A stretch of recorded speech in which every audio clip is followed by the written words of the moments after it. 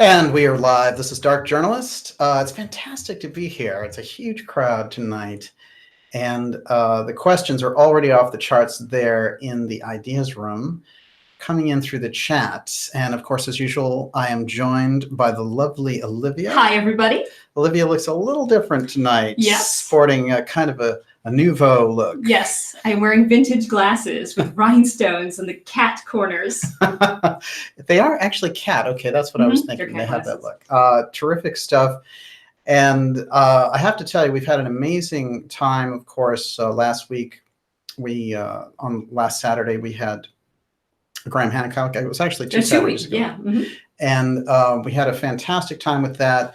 That video actually is out now on YouTube, the first version of it, part 1. And I've been getting the longer version out for you at darkjournalist.com. It was a fantastic, literally fantastic conversation. And to have Graham here in Cambridge was remarkable. And his new book, America Before, really tying in so heavily with the work that we're doing here on the exteganography. But the idea literally of this lost advanced civilization in America, which is very important because this has been the big secret. We've been looking around the planet for this lost civilization, but America, because of the various ways that they painted the primitive remains here, didn't get into that, oh, there was an advanced culture there. So this was a huge major breakthrough. And I feel that Graham's book really spoke to that. And, it's interesting to be in the presence of Graham. Of course, I've known him now since actually, the first time I met him was 2010. Was really that long ago? It was, yeah. It was remarkable, too. And but we did our first interview, I think, in 2015. And that's when he was doing Magicians of the Gods. He's an extraordinary thinker and certainly a heretic among those out there in the archaeological field. And he has been proven right so many times over the course of his 3 decades of research. It's just amazing. And when I think of the quality of people that we can get on the alternative research side, the alternative thinking side, the independent media side, it's incredible because some of the very best come through, and we still have them. They can inspire a whole generation of deep researchers. And this is so much what we're about. Of course, crowded around us in these independent fields is also a lot of junk conspiracy. So we have to know how to tell the difference. And hopefully this show certainly helps us get there. We have to deal with it on a daily basis. I have a request from the ideas room. Oh, yes. That you put on my glasses for a minute. Well, I'll tell you what. I'll put them on. I'll put them on next week, and if you come up to Cambridge, you'll get to see them. Now, I will say this: that they are quite remarkable. And they're always going to look better on you than on me. Let's face it. I only wear sunglasses. You're going to stretch them out anyway. Your head's a lot bigger. Exactly. Look at the size of this. Yeah. Okay. I have to do a lot of thinking in there. One of the amazing things I do want to say in relation to Graham Hancock is that the great time that we're in, that all this research has caught up to what he was writing in 1995. Now they have DNA research. Now they have science research. So we're in a different field of vision. We're in a different lens, a wide-angle lens for things. And in the middle of that wide-angle lens, we have this tremendous, and I mean tremendous, clampdown on social media. As soon as the Bilderberg meeting was over, they were throwing off channels left and right on YouTube, and I can tell you they're going to be targeting the most important information that's out there. And we've been predicting this, but certainly to see them do it in such a kind of a bald-faced, book-burning Nazi kind of manner is absolutely stunning. And I do feel that it's part of an organized plan, and it's all involved with a ramp up to the election in 2020 here, even though they're doing it worldwide. So they're really trying to create that censorship clampdown.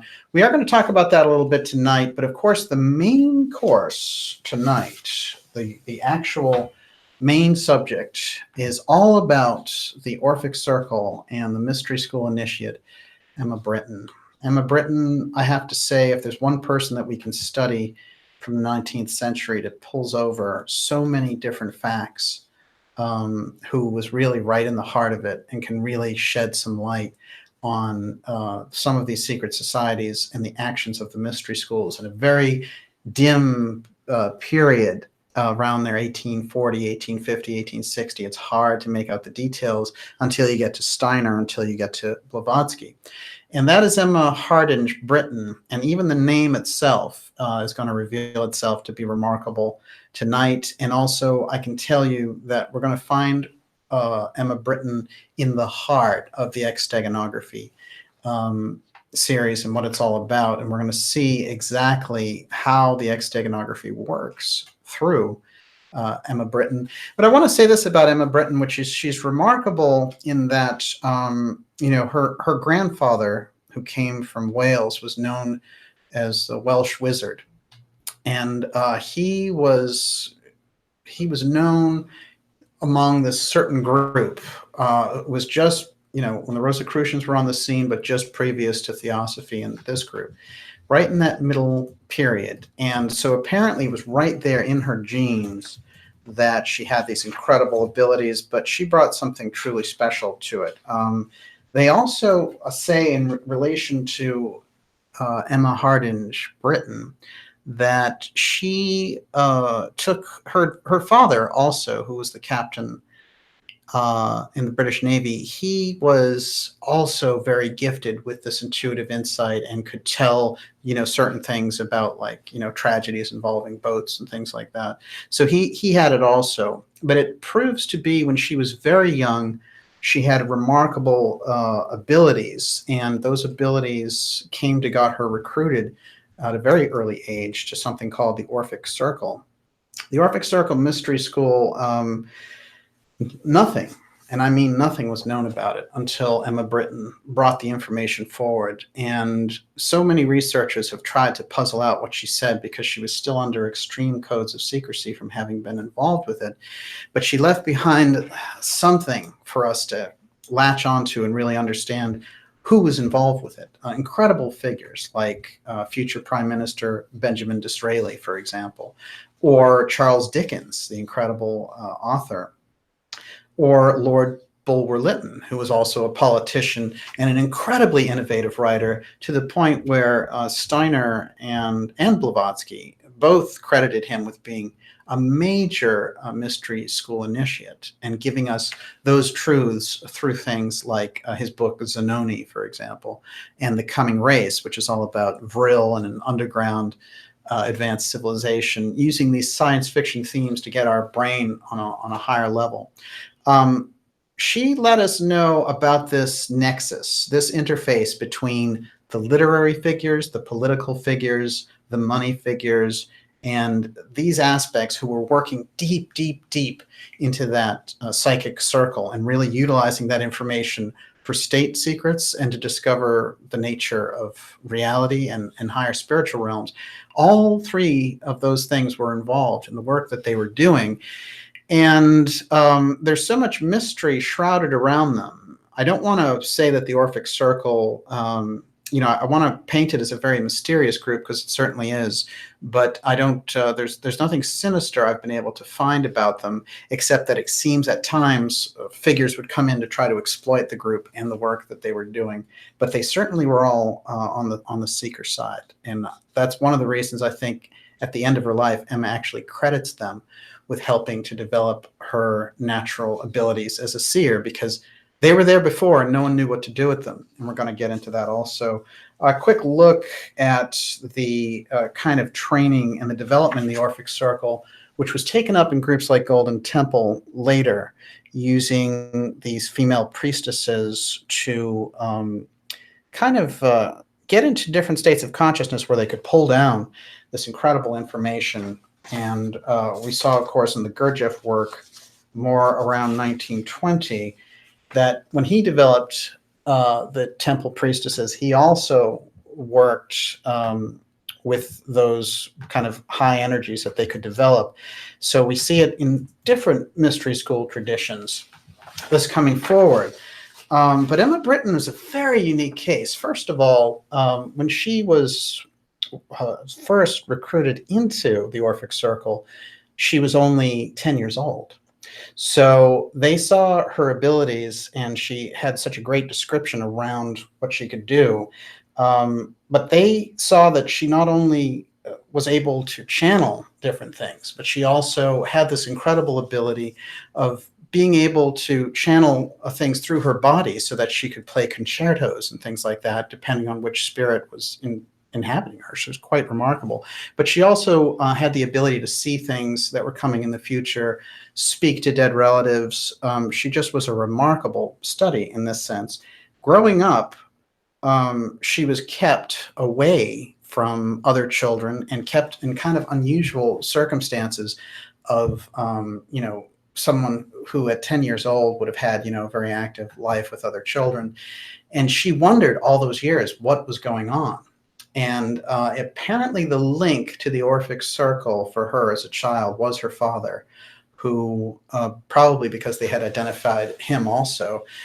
And there were a group of kind of somnambulist trance channels that were part of the Orphic Circle. And what would happen is the Orphic Circle would create the environment, put themselves in a state, and have these somnambulists give them information. Now, in the case of Emma Britton, what she describes is how they used her and put her into these states, and she so easily could interact with these higher psychic figures and bring forward this information.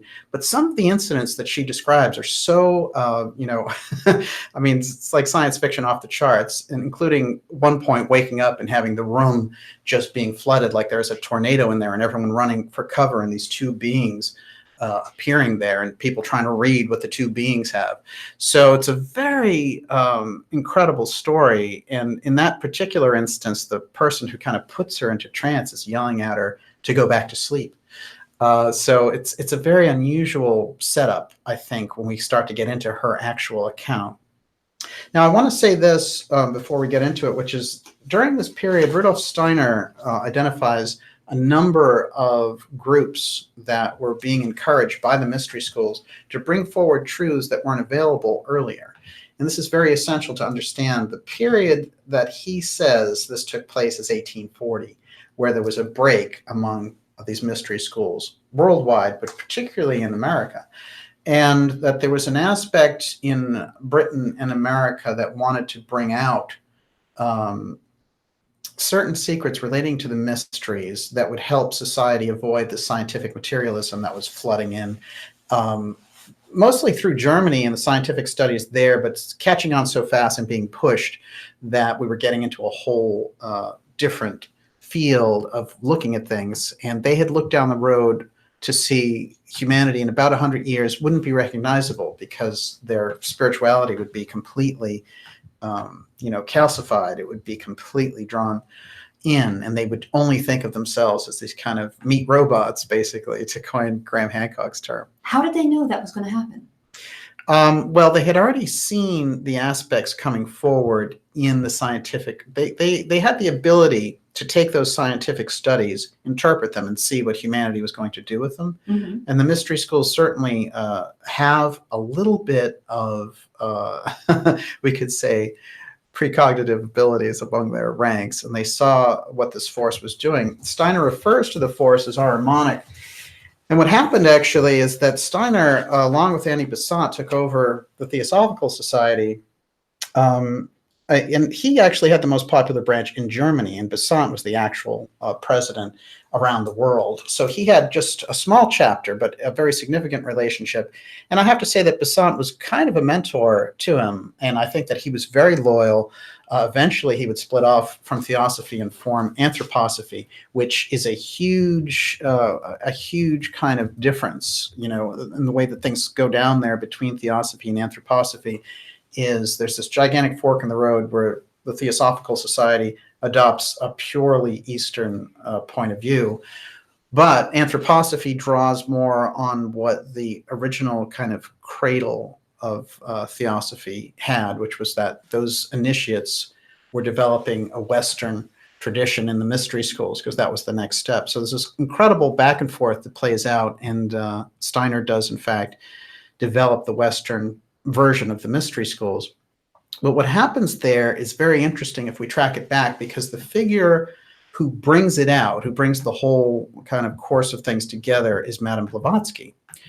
And we have to understand Blavatsky very often, I think, in traditional histories around Blavatsky, is they try to make her a punchline, and is this, kind of chain smoking and arrogant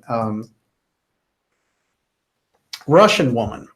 But, it's very interesting, because without those skills and without that kind of almost masculine persona that she had, she could have never survived the incredible task that the masters inside the mystery school had set her out for. Now, this kind of battle between the mystery schools that was taking place, the compromise figure, the person who was, both sides could agree, could bring some of these truths out, was Madame Blavatsky. And Blavatsky founded the Theosophical Society with Emma Britten, and that's not talked about very much either. Blavatsky, in her own quote, said that she never met a better trance channel than Emma Britten. And think about that. Blavatsky had been inside of mystery schools, so Emma Britten's abilities to impress Blavatsky on that level must have been incredibly remarkable. When we think of people like Edgar Cayce along this line, really able to engage in that trance medium state. So I do think it's very interesting, of course, when that split happens and the kind of Steiner type Western forces, the Western initiate forces, go in that direction, and Theosophy goes in this Eastern direction. There's a split there between Blavatsky and Britten just before that happens too, and she's going more into what that Steiner direction will be, and Blavatsky is going deep into the kind of Masters of Wisdom Eastern tradition. So it's very interesting, because they start off so united, and Blavatsky has so much respect and they defer to each other. But when you get into this, it's very hard, and that's something that when you read the autobiography of Emma Britten, which I highly recommend, Emma Hardinge Britten, is just, we think that we deal now in the independent media with so many frauds, and this guy's a galactic ambassador, and here's a fake whistleblower, and here's this other guy playing around with the CIA trying to pretend he's got UFO disclosure.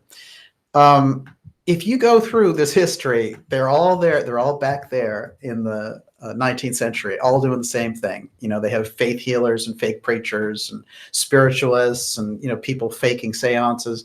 It's right there, right side by side with the good stuff. You have this incredible, harvesting operation, just trying to feed people's fantasies.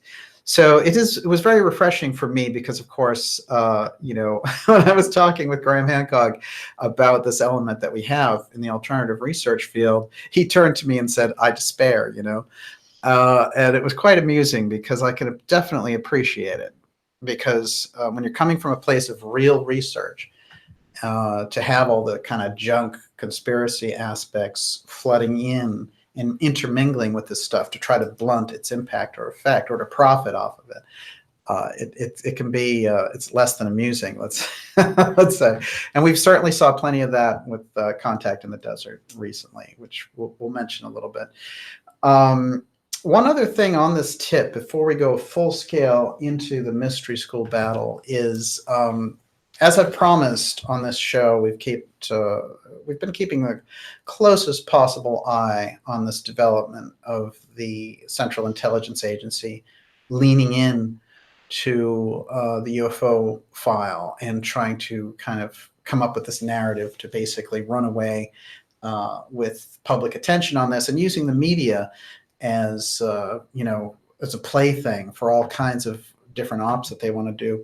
Well, we've been reporting on Luis Elizondo, who is the kind of main figure along with Tom DeLonge, and his show, which launched and is playing, the second episode is playing tonight on the History Channel. The show's called Unidentified.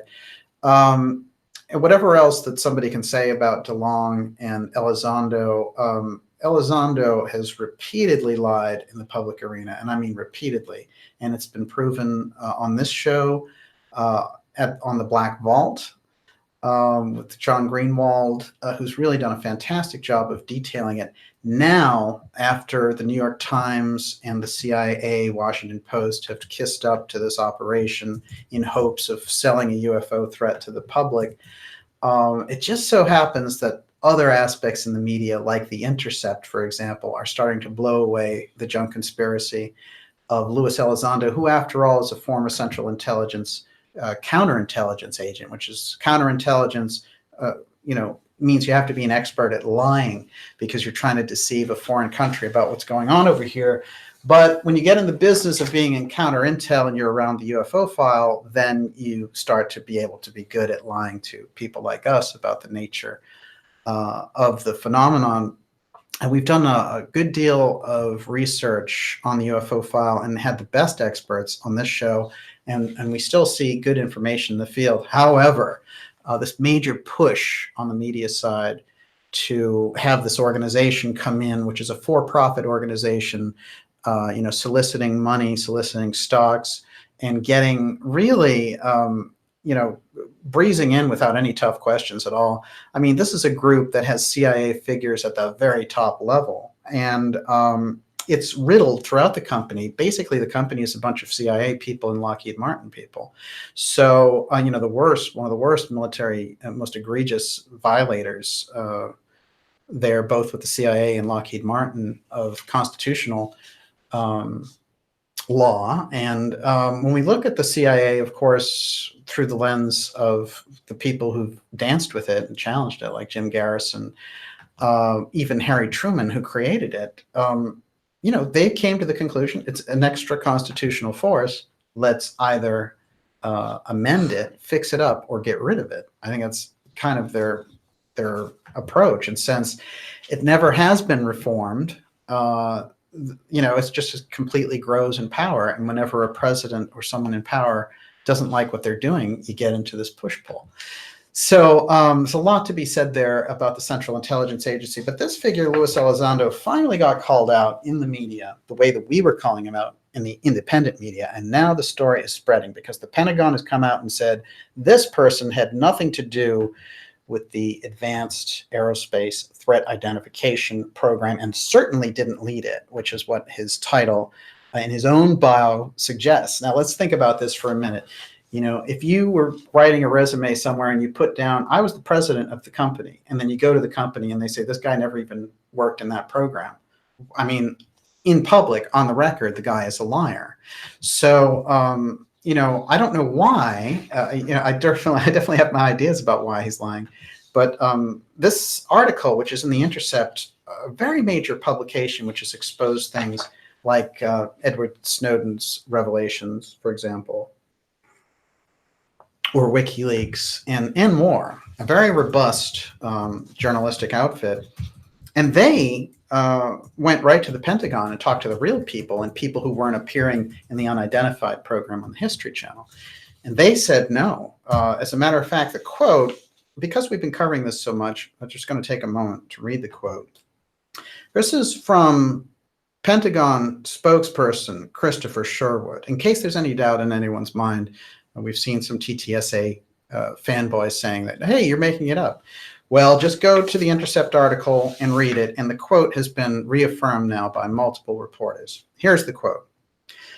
Mr. Elizondo had no responsibilities. Okay, NO, that's zero responsibilities with regard to the ATIP program while he worked at the Office of Undersecretary of Defense for Intelligence up until the time he resigned, effective 10/4/2017, just before the TTSA launched their hoo-ha narrative and put him in the middle of it as the disgruntled employee.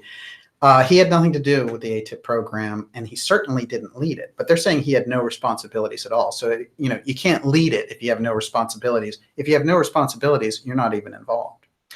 So the kind of pull quote here, after all their examinations of this, going deep in the records and talking to people in the field, quote, this is The Intercept. There's no discernible evidence that Luis Elizondo ever worked for a government UFO program, much less led one. So that's pretty damning. So now TTSA has a lot to answer for, And their response has been to be quiet. So interesting. Well, something else happened. Didn't they change the website? They did. They did. Suddenly on the website, the bio for our friend Elizondo doesn't read led the ATIP program. It doesn't even mention the ATIP program, as a matter of fact. Now it just says counterintelligence agent, all that stuff. So what I want to point out here is that the media, that's the corporate media, the New York Times and this whole group, basically under the thumb of the Central Intelligence Agency, moving Central Intelligence people into positions of supposed authority in the UFO field and the UFO file, and then giving you the dictates saying, well, the UFO thing started December 16th, 2017, and it's this grainy footage from this Navy thing, and by the way, this is what it is. It's a threat, and we need money and all this stuff. This op was created by the Hillary Clinton campaign in association with Tom DeLonge and John Podesta, who was her campaign manager, and they enlisted Elizondo. When she didn't get in, which was a shock to those people, instead they rolled out this other op, which is very uneven and is weird and has to do with the media people, the people who were ready to kind of give us this phony narrative, and they were looking to do it under Hillary Clinton as president, but since she's not there, they decided to roll it out anyway. But some of those people backed off, which is why you get this weird herky-jerky thing around TTSA. So whatever it is they're selling, don't buy it, basically. That's the bottom line. The UFO file is actually something which you can get a lot of traction through research on, and that's the best bet. I would not trust the government with UFO disclosure, but I certainly would not trust the Central Intelligence Agency, which has repeatedly lied during the whole 70 some odd years of their existence, and which figures who had some kind of moral vision for this country tried to get rid of over and over again. So, Mike Pompeo, who's now the Secretary of State, who almost got us into a war with Iran, and I've highly recommended that President Trump fire this guy and get a real Secretary of State in there. He was the director of Central Intelligence Agency, and his own quote about it is, "We lie, we stole, we cheated. That's what we do." That's what they do.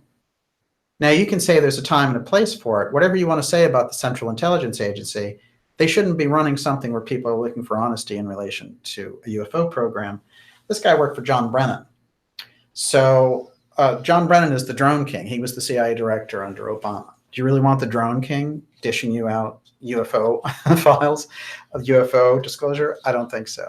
So I think it's very important, and thank you for letting me take a moment on Elizondo, because this is something that came out this week. It's very significant, and we've done a lot of coverage on this program, and we will continue, I promise you, to look at the To the Stars Academy and all the things that they roll out for entertainment, and with all the CIA narratives kind of lingering over this. And it makes that point, which I say on this program very often, which is what we have is, on one side, we have these marketing operations that come into fields. They come into the New Age, they come into alternative research, they come into the UFO field.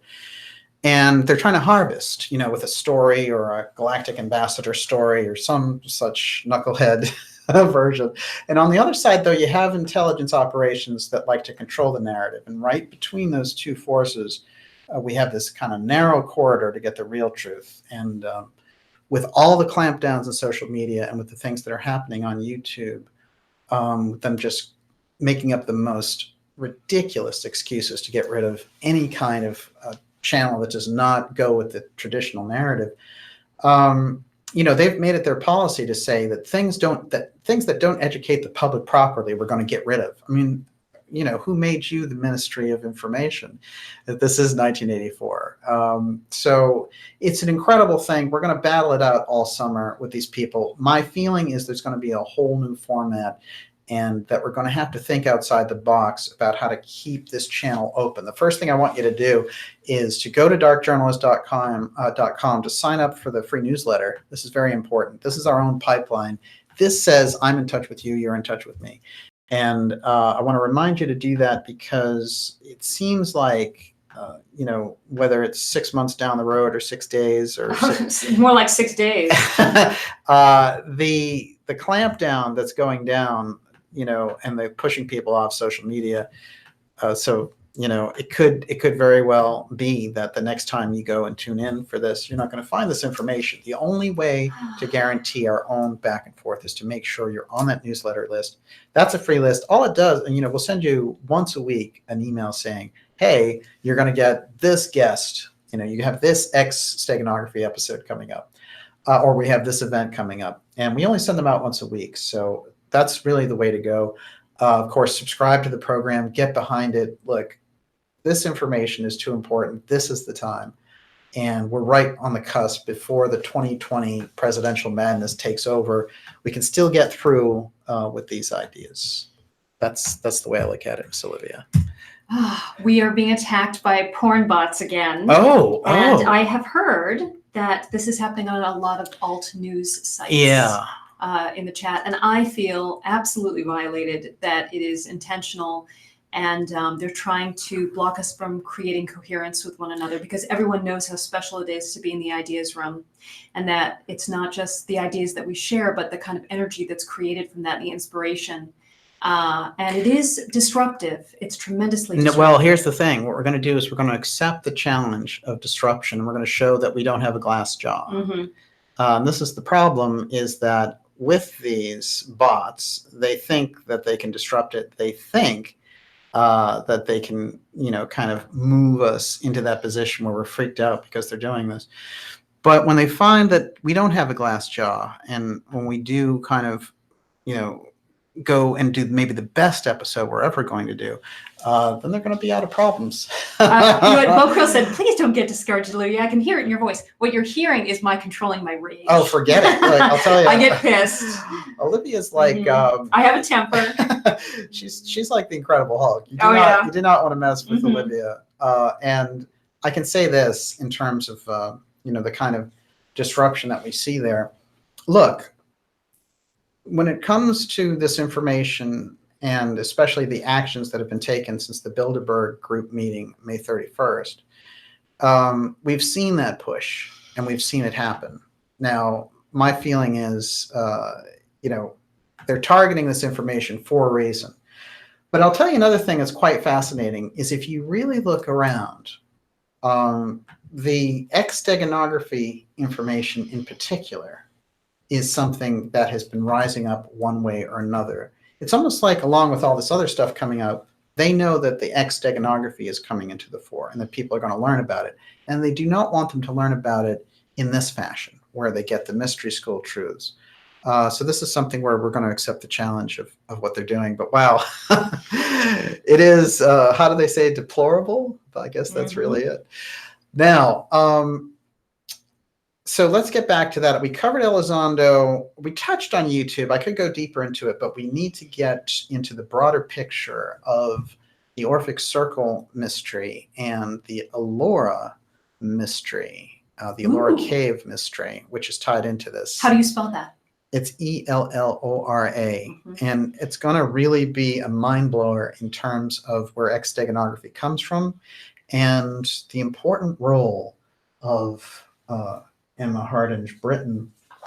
Now, I want to start off with this, since I gave you a kind of an outline history, and of course you can go through any of the X-steganography shows that we've done along theosophical or anthroposophical lines to get this information. But I think you got enough of a recap to start. Can we go back a little bit? Because I had a couple questions I wanted to ask. Yeah, sure. Absolutely. Okay. So about Emma, Don Forbes said, it sounds like the exploitation of a child. And Bo Krill said, Don Forbes, if it benefits humanity, the mystery schools are not above ruining a childhood. I wanted to know what you had to say about that. Well, I think that we have to think about Edgar Cayce's childhood, because of his abilities, was very different than other children. These people who, you know, he could have been exploited also, and that there were times in his life when people exploited him. This is part of the trade-off, as someone like Gigi Young can tell us, which is when you have these abilities, people will try to take advantage of you. But interestingly enough, the Orphic Circle, and I stated this at the outset, is not a sinister organization, interestingly enough. There certainly are secret societies and mystery schools that aren't coming from a good place.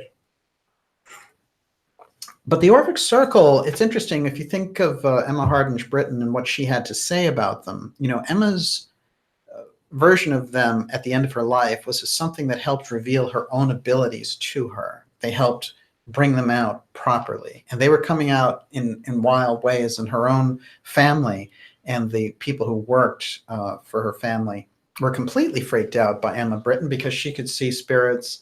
You know, she could see when things were going to happen, if someone's house was going to go on fire or whatever it was.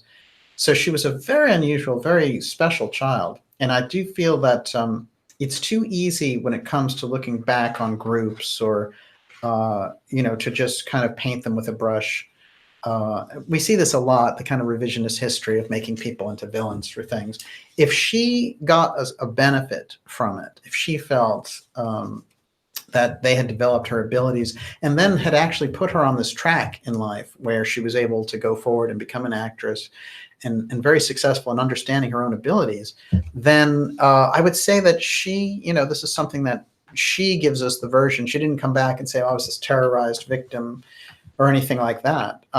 You know, but that doesn't mean that all mystery schools or all secret societies are good, not by a long shot. Yes. The other thing is that in England at that time, really everywhere, childhood was not the way it is now. Right. You know, you were prepared for adulthood. That's why they dressed them so formally and everything. It was not an idyllic situation for any child. Well, let's think about Annie Besant. One of the things that she first came on the scene for had nothing to do with spirituality. She was always involved with politics. And of course, Annie Besant took over the Theosophical Society after Helena Blavatsky, and Blavatsky handpicked her as her successor. But what's interesting is that she first came to prominence by protesting for the matchstick girls, who were these young girls they had working in factories, and they would expose them to phosphorus and all kinds of horrible chemicals, and they'd come down with all these things. So she led that, and she was vilified in the press for doing this initially, but eventually she came to such a point where she brought some of the first early labor relations, labor representation in England. So quite remarkable, Annie Besant. Annie Besant led the Theosophical Society after Blavatsky died. There she is with Colonel Olcott, and they are doing an X ceremony. Always, you know, even in their logo for Theosophy, they're keeping close with that truth of the X steganography for the mystery schools. Besant is somebody who was no armchair philosopher or some cosmic dreamer. Let's think a little bit about this. When we think of one of the major credits that she brought forward, not only did she help mentor Rudolf Steiner, but she started the incredible home rule movement in India. And eventually she got Gandhi to liberate India. There she is. Gandhi was a major theosophist, and he was one of her you know, she was a major mentor figure for him. As a matter of fact, the term Mahatma came from the Theosophical Society and giving him that name. So Mahatma Gandhi. And she also was working for home rule for Ireland as well. So this is an incredibly dynamic political person, and hardly someone who was just, you know, kind of hoping that some of her wild musings about reincarnation would improve the world. She was out there on the ground, and her very early career was spent doing these types of protests. Now, I do want to say this in relation to Besant, is that when she got involved with the Theosophical Society, remember all these figures know each other, so in relation to Britten, Emma Britten, it gives us that outline. So we know the kind of milieu that she's walking into when she starts the Theosophical Society with Helena Blavatsky. Blavatsky chooses Besant, and Besant is a journalist who's just writing about the, you know, unfair things about religion, unfair things about the corporations moving in and controlling labor, and really the kind of inhuman conditions that are going on in England at the time.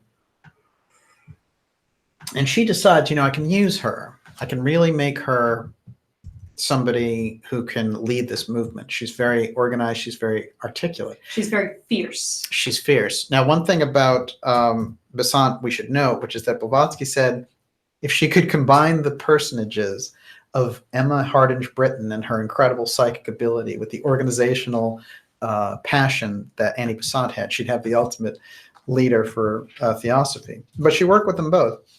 Now, We have to say this in relation to Madame Blavatsky to understand exactly what the Theosophical Society is all about and how important it is, and how when they try to dismiss her in history and say that she had all these quirks, and wasn't it funny that she was rude and smoked cigarettes and all this kind of stuff.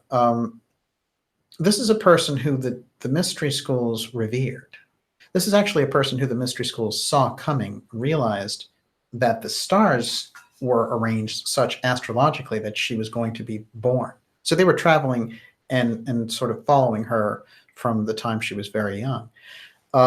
So Blavatsky, her association with Emma Britton, her association with Besant, this is the important foundation.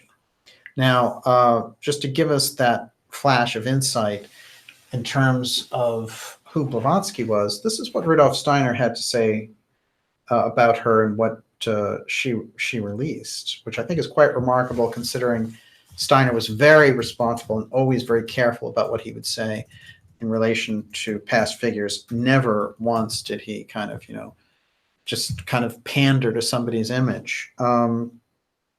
So he says that we have to take into account when take full stock of the hostile forces operating that are opposing the intervention of spiritual movements, okay, like Theosophy, like Anthroposophy. It's necessary to be aware of the general level of judgment applied in our time. He's writing this in 1920, which is excessively arrogant precisely about its non-existent capacity to reach the right conclusions. It was, after all, a very characteristic event that many of the things traditionally preserved by secret societies, which were at pains to prevent them from reaching the public, should suddenly be published by a woman, Helena Blavatsky, in a book called Isis Unveiled, which is an incredible book. And when it comes out in 1877, no one knows what to make of it. It's got an incredible insight into the mystery schools there. Quite remarkable. Of course, people were shocked. This is Steiner continuing. Of course, people were shocked when they realized that this book contained a great deal of the material they had always kept under lock and key. These societies, I might add, were considerably more concerned about their locks and keys than in our present anthroposophical society. Steiner was about bringing the information out. He was part of the mystery school movement of getting it out to the public, tell the people. And this is crucial because there are still mystery schools dedicated to secrecy because that's what they know and that's what they're all about. But they're swimming against the tide in this sense, which is humanity needs a lot of those answers out. Not to the point where, it can be used irresponsibly. And this is always the trade-off that's going on in relation to those. Quote, Steiner, "It was certainly not the intention of the Anthroposophical Society to secrete away everything contained in the lecture cycles. At a certain point, I was asked to make the material, which I otherwise discuss verbally, accessible to a larger circle. And since there was no time to revise the lectures, they were printed as manuscripts in a form that otherwise would not have been published, not because I didn't want to publish the material, but because I didn't want to publish it in this form. Furthermore, to prevent further misunderstanding, there was a concern that only people who had the necessary preparation should read it." I think this is important when we look at this information, which is there is a level of information that you need to be prepared for, which maybe goes beyond book knowledge. Or what? Well, it can be very disruptive. It actually has the opposite effect if you get something too early and you don't have the ability to process it, if you don't have the ability to develop the character necessary. It's like if I suddenly make you vice president and you're not prepared for that, you suddenly have all this power and you might misuse it. So it's a gradual process, I think. Now, he says, I didn't want to publish it in this form. So he says, even so, it is now possible to acquire every lecture cycle, even for the purpose of attacking us. This is important. Steiner is brave in the face of all this. What he says, the societies that kept specific knowledge under lock and key and made people swear oaths that they would not reveal any of it, made a better job of protecting these things. They knew that something special had occurred when the book Isis Unveiled suddenly appeared that revealed something significant. in the sense that we have discussed. As for the insignificant material, well, you only need to go to one side of the streets in Paris and you can buy the writings of the secret societies by the lorry load. There's always disinformation out there. But Eisen's Unveiled was far from worthless. Its content was substantive enough to identify the knowledge it presented as something original, revealing ancient wisdom that had been carefully guarded until that moment. As I said, those who reacted with shock imagined that someone must have betrayed them. I've discussed this repeatedly from a variety of angles in previous lectures. This is important. But I now want rather to characterize the judgment of the world, because that is particularly relevant to the history of the movement. After all, it was not difficult to understand that someone who had come into possession of traditional knowledge might have suggested it to Blavatsky for whatever reason, and it need not have been a particularly laudable one. It would not be far from the truth to state that the betrayal occurred in one or a number of secret societies and that Blavatsky was chosen to publish the material. But Blavatsky enabled people of sound judgment who came into contact with this peculiar development to experience in a living way something that made what has been written so far by the various leading authorities in the psychoanalytic field appear amateurish in the extreme. Now, I chose that quote because what he's talking about is how the mystery schools who possess this information were shocked when Blavatsky came out and even knew more than they did. So she was coming from a very high level of these mystery schools, the top level. And the information that she was reading out, they weren't prepared because there had been the split between the mystery schools. One group said it doesn't matter that the Ahrimanic scientific materialism is pressing down. We'll keep on with the secrecy and we'll help humanity where we can. The other group said, no, if you wait in 100 years, the ball game is over. It's all Ahrimanic. It's all transhumanism. We become a machine and human beings are cut off from their spirituality. So it's quite a battle that takes place in there. What we have coming right down the middle of that is Helena Blavatsky, who had, according to Steiner, the type of mediumistic psychic ability that the Earth hadn't seen in thousands of years. So she certainly was a remarkable figure, and that the ability she possessed, she was not an organizer. She was not, she was a visionary, and she had the ability to rise into that mediumistic state, into that trance state, and see things directly from the spiritual world to this world. Now, when Steiner says that true initiators stood at the cradle of the foundation of Theosophical Society, we can see that hint, that impact of Theosophy, when it starts in 1875 in New York with Colonel Olcott and Helena Blavatsky, her from Russia. Olcott, he was so important that he served on this commission that was studying the assassination of Abraham Lincoln, and he worked with Lincoln. And it's very interesting because the deeper we go into this, we're going to find that Emma Britten worked with Lincoln, and that Lincoln was President Lincoln was very aware of the power of spiritualism, and that his wife was someone who used it on a regular basis. And we've all heard the stories of, these seances that took place when President Lincoln and his wife lost their son, and how this kind of spiritualism craze was something that they embraced very much. And Emma Britten was one of the people they selected to represent them, not just metaphysically, but to go out and make speeches. They thought that she was so articulate. So she has a very, very close relationship, which is well recorded here. And she wrote something which was spread widely at the time relating to why President Lincoln should be reelected during the Civil War. Quite remarkable. Those are some political angles, and that gives us a little bit of the backdrop of the War of the Mystery Schools that's happening when Emma Britten shows up. Let's go back a little bit into Emma's upbringing to understand the type of powerful caliber of abilities that she had. I want to remind everyone that you're watching the Dark Journalist Show. This is the X-Steganography episode 56. And we're going deep into the Orphic Circle Mystery School initiate Emma Britten.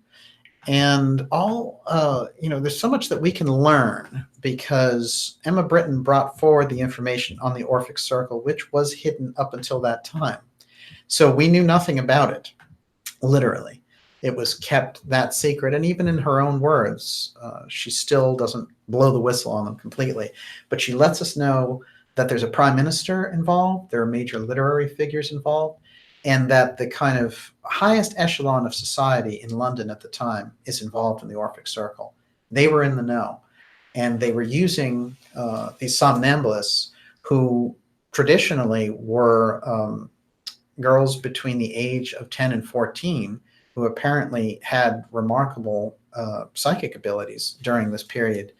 And they had identified them, and they were using them as trance channels to bring through this information.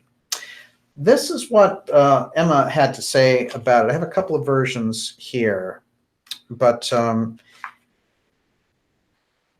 her own short quote is, she says, "At the time of these unchildlike experiences, no one understood me, though the servants of the family would often say in low tones among themselves that the child had described some of their dead relatives, also that whatever I prophesied was sure to come to pass." This is where she could see events that were coming.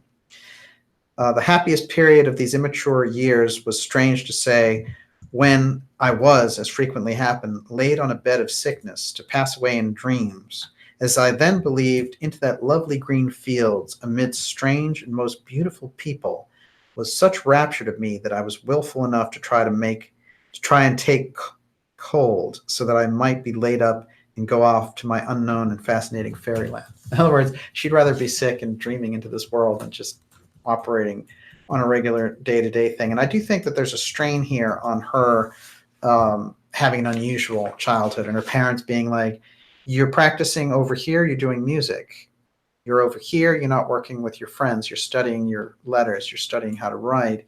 And she became quite a powerful writer. As a matter of fact, when she goes to New York later in life, she is a regular full-time correspondent for a London paper. So this is someone with a range of abilities, someone who could sing opera, someone who was on stage, someone who was mostly known for being on stage, and someone who became a somnambulist trance channel and really spread spiritualism through America. And again, like I said, worked with Abraham Lincoln. This is not an obscure psychic. Remember that she's one of the main founders of the Theosophical Society, although everyone goes to Blavatsky and Alcott. She's one of, there's 6 people, including William Judge and Emma Britton. But they found it in New York during this period. So we have to think of how important her role is at that period. All right, a little more about Emma. This is what she has to say about the Orphic Circle and their impact on her as a child. And this is a group, remember, of occultists or esoteric seekers. And it might be a mixed bag that you get these people who are power mad and all the rest, like these prime ministers and these politicians. But people like Bulwer Lytton, who were genuine initiates, and people like Charles Dickens, who wanted to see society move forward. So it's definitely, when you get into some of these groups, it's not always one thing or the other. It's kind of a mixed bag. Okay, Emma Britton now. And what I wanted, well, I'm actually going to show her other pictures from later in life as we get along here. Okay, quote, Emma Hardinge Britten, speaking about her childhood. By a party of eminent occultists who held strictly private, or I might say secret, circles for investigation, I was frequently invited, with other young persons, to become a subject of the magnetic operations of inquirers. In my own case, I was never rendered wholly unconscious by the will of the magnetizers, though nearly all the rest of the subjects they experimented were made so. This is interesting, and Gigi Young, we've talked about this before. It's great to see Gigi out there. We've talked about this, about how there's certain types of trance channeling which is totally unconscious, like when Edgar Cayce goes into his trance, and he actually, when he's going into trance and giving this incredible information, medical information, past life information, Atlantis information, he's actually having a dream at the same time that he's doing it. So that's the level of deep trance that he's into. what she's saying is that the others were in this trance, but in her own case, she was never rendered wholly unconscious. She's still aware of things that are going on, even if as it's happening.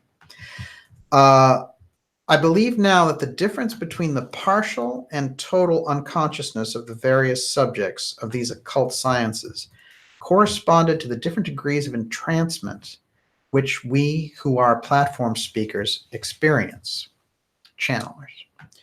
I realize that on the spiritual rostrum, I am two distinct persons.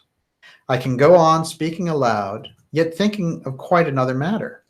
And when I can fix my mind on what I utter, I have listened with a sense of strangeness, which brings conviction, to my mind at least, that I am not the individual who originates the thoughts expressed.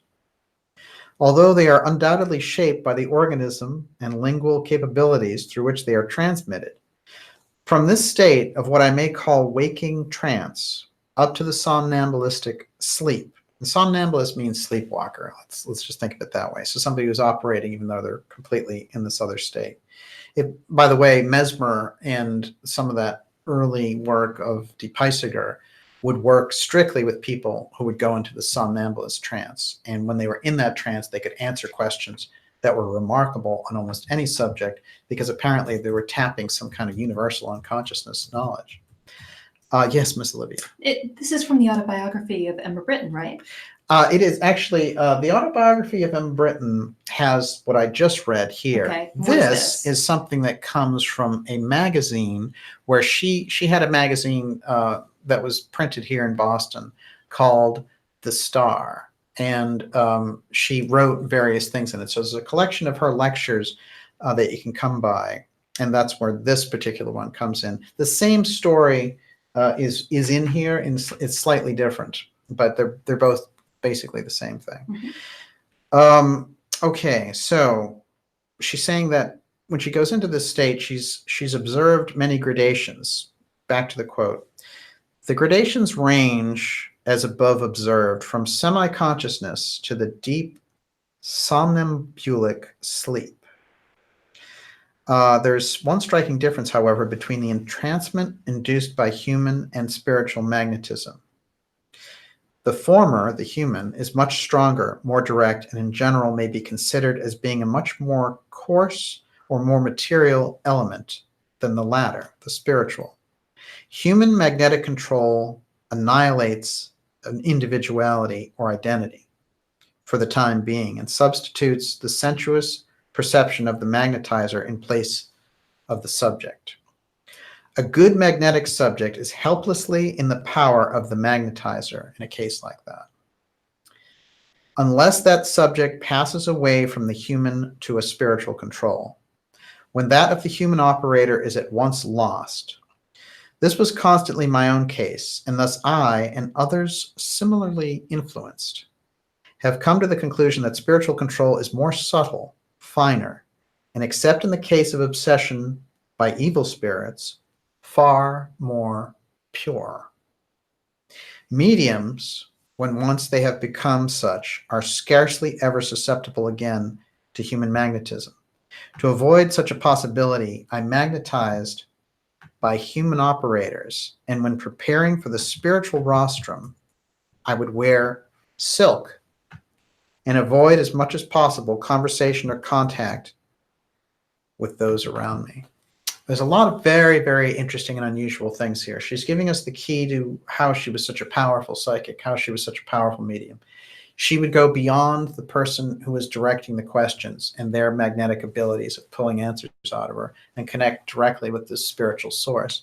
But somehow, and this is something I'm sure she gained from the Orphic Circle, she learned that in order to do this, she had a better chance of doing this while wearing silk. Now, this is interesting considering the history of silk, but I'll leave that there for now, but it's something to ponder. So when we're looking at Emma, we are starting to get that there's an archetype here of the temple oracle. And this goes back to Bridget in the Celtic legends, which she brings the fire, and she's a member of the Tuatha De Danann. And remember, we've talked about this fire before, the strange fire, that the Dan and the 2-eye crystal from the Casey readings have. But in Bridget's case, she's managed to use the fire now to tend the hearth, to tend the situation. She knows how to balance it. So she's also portrayed as a blacksmith sometimes. But this temple control of the fire of knowledge this is the actual archetype that they're engaging with here. So when we have Emma come into this, the Orphic Circle knows the role that she's to take on. And so this is what I think we're getting at when we describe some of that. Yes, Miss Olivia. Got to read this to you. Okay, so Zach Robinson says, David Bowie labels his character in the Lazarus video with a Kabbalah outfit as somnambulist in some notes that were displayed at the Bowie Is exhibit. Oh, that's fascinating. That is fascinating. Well, listen, Bowie understood... Talk about channeling. Bowie understood the esoteric side incredibly well. And I think that, remember, this is somebody who wanted to be a Buddhist monk instead of a musician when he was 16. There's a lot of interesting things about Bowie that didn't come to light till years later. For example, he ran a UFO newsletter for 2 years when he was from the age of 18 to 20. Which is quite unusual, I think. But also, we do see that some of these people who, like, for example, this is really going to shock people, but Elvis was a huge fan of Blavatsky's secret doctrine. How does that work? And where do we get that information from? His hairdresser. Yeah. And his hairdresser, was very into psychic stuff and was like, Elvis wanted to talk about this stuff. He followed Yogananda. Yes. Yeah, which is incredible. And he would go to sacred places and stuff. So a lot of these people who are on that celebrity stage, they have a deep need to connect with something because they've broken through. Unfortunately, we see a lot of incredibly nasty control when it comes to this end of the spectrum as well. So we're looking at, certainly a lot of the modern entertainment, and this has always been true on some level, but when people go off about Illuminati this and Illuminati that, there's actually a lot of truth to it because those people are so under control. And I know Kate's out there now. She had brought up a story about Britney Spears and the whole Free Britney thing, because Britney Spears has created this situation for herself. The managers and aspects of her family have kind of put her in the situation where all of her assets are in a trust, and they're trying to prevent her from being able to access that. So it's a very unusual thing when you get into that position.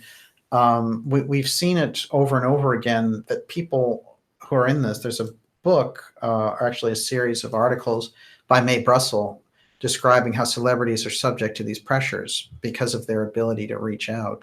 And we know in the case of John Lennon, this is somebody who was very connected with Atlantis Rising, and he also had all this kind of political activism.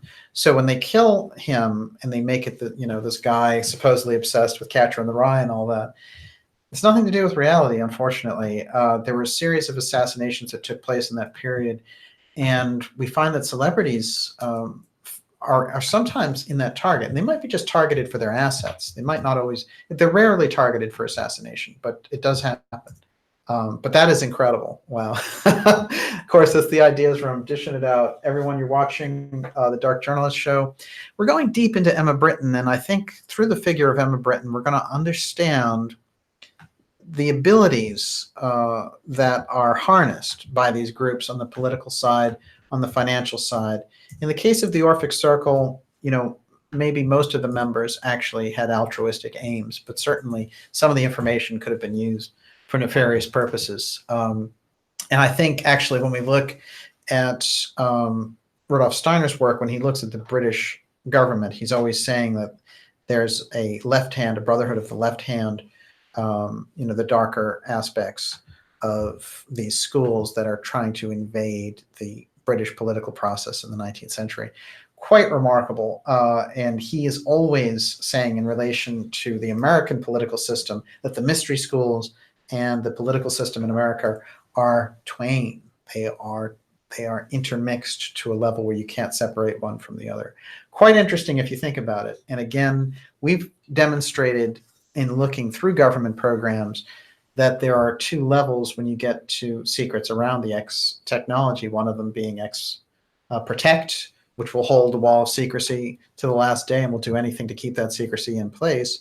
But the other one is X-Share, and X-Share is a group that wants to move these secrets forward. The same split that we see occurring in the 19th century, the mystery schools. Quite fascinating. Yes. The BB blog. What is the timeline in regard to the breakdown of the Orphic Circle as it was and the rise of the deep state? Well, this is the interesting thing, because the Orphic Circle never really goes away. It just gets transmuted. And by the time you get to the Macy conferences and things in the 40s, 1940s, you're still, the Macy conferences are now building up, you know, the kind of darker influences has taken over and the transhumanism is coming through. However, they are experimenting with things on the psychic side. They still have this aspect. And for me, you can find the tie-over, the layover from the destruction of the Theosophical Society and its impact in the way that happened. I mean, the Theosophical Society, I should say, still exists, but it was actually an incredibly vibrant branch when Blavatsky ran it and when Besant ran it. So, you know, it basically dissolved after they elected Krishnamurti to become this world teacher, and he didn't want the job. And when he dissolved the Order of the Star, that was basically the end of the Theosophical Society. And Anthroposophy rose subtly. Remember, it was still oriented in Europe predominantly. But when they came over with Waldorf schools, when they came through with the spiritual science and biodynamic farming and eurythmy and all that, we've gotten a double dose of what spiritual science can do. The Steiner work has gone into farming, and it's gone into theater, and it's gone into politics. So I would say, in terms of the deep state, you know, I said this on an earlier X broadcast, but basically the war of the mystery schools, the deep state is a symptom of the war of the mystery schools, because those people want to get their hand, just like we see all these people diving to get their hands on the UFO file and the X technology, and how that thing keeps moving and it seems to be elusive, and who really has it. And you see the CIA saying, aha, we have it, it's a threat, let's do it, you know, but they don't really have it. And then we have the Trump with the Space Force saying space is a war-fighting domain. That's how we can get mastery over the UFO file. They don't have it. So, you know, what we're seeing is deep in that political system is some reference, some know-how about it. But in terms of the altruistic side, it's my personal opinion that the Kennedys, and this tie-in with the Hemingways, this aspect represents that echo of that deeper mystery school knowledge that is trying to move society in this other direction, away from the transhuman. It's more about freedom, and they're trying to move society away from that transhumanist aspect. Yes. BB had a follow-up question. Yeah. How was the fiasco with Krishnamurti not anticipated? It was not. As a matter of fact, Ledbetter and Besant, who had created this over 2 decades, and we should go into this. I'm going to have a program specifically about this, but I will say this in relation to Theosophy, which is Theosophy, as Steiner said, started all these incredibly positive things. It opened up reincarnation. We actually had the first cremation in America, which introduces a very spiritual viewpoint in relation. You know, it's a very Eastern thing. Meditation, you see people, you know, walking around with yoga mats now on their back like it's the most normal thing in the world. That's a victory for the Theosophical Society, who brought that over here. So meditation, psychic experience, this is all because the mystery school information was let out by Blavatsky. And again, under great duress. Yes. Yeah. I also wanted to mention that one of my friends is a big breath work practitioner, and she does constellation work, is what it's called. And one of the things that she found is that sociopaths can be incredible philanthropists. They can be very high-minded, and they want to move the culture forward, and they want to see the evolution of humanity, but they are not embodied properly, and that they basically, it stops at their neck. It's all in their head. So this is the Madeleine Albright exactly. problem. So Madeleine Albright, let's just describe this real quick. Madeleine Albright, who was, you know, so much a part of that, the Iraqi sanctions, and then eventually we had the Iraq War. But when she was hit with a question by Judy Woodruff from CBS, who said, it's 500,000 children have died under these sanctions. I mean, can this policy be worth it? And Madeleine Albright leans forward and says, we feel that it's worth it. So it's, to move the culture forward, we're going to kill 500,000 people. So this is the type of thing I think that you're getting at. Exactly. We tend to think of sociopaths as intentionally harming, and but they don't know the damage that they do sometimes. They could get so disconnected from their conscience that they're operating with this the ends justify the means thing. And so we're doing a lot of macrocosm in this episode, which I like, actually. I think Annie Besant is very much like this. Yes. I do. I get the sense of that with her. Well, I have to say this about Besant. Anyone who knows her knows that she was very high-minded. But I think that what happened is she saw Blavatsky go through these travails, putting out this incredible esoteric information in the Secret Doctrine and giving the culture this incredible gift.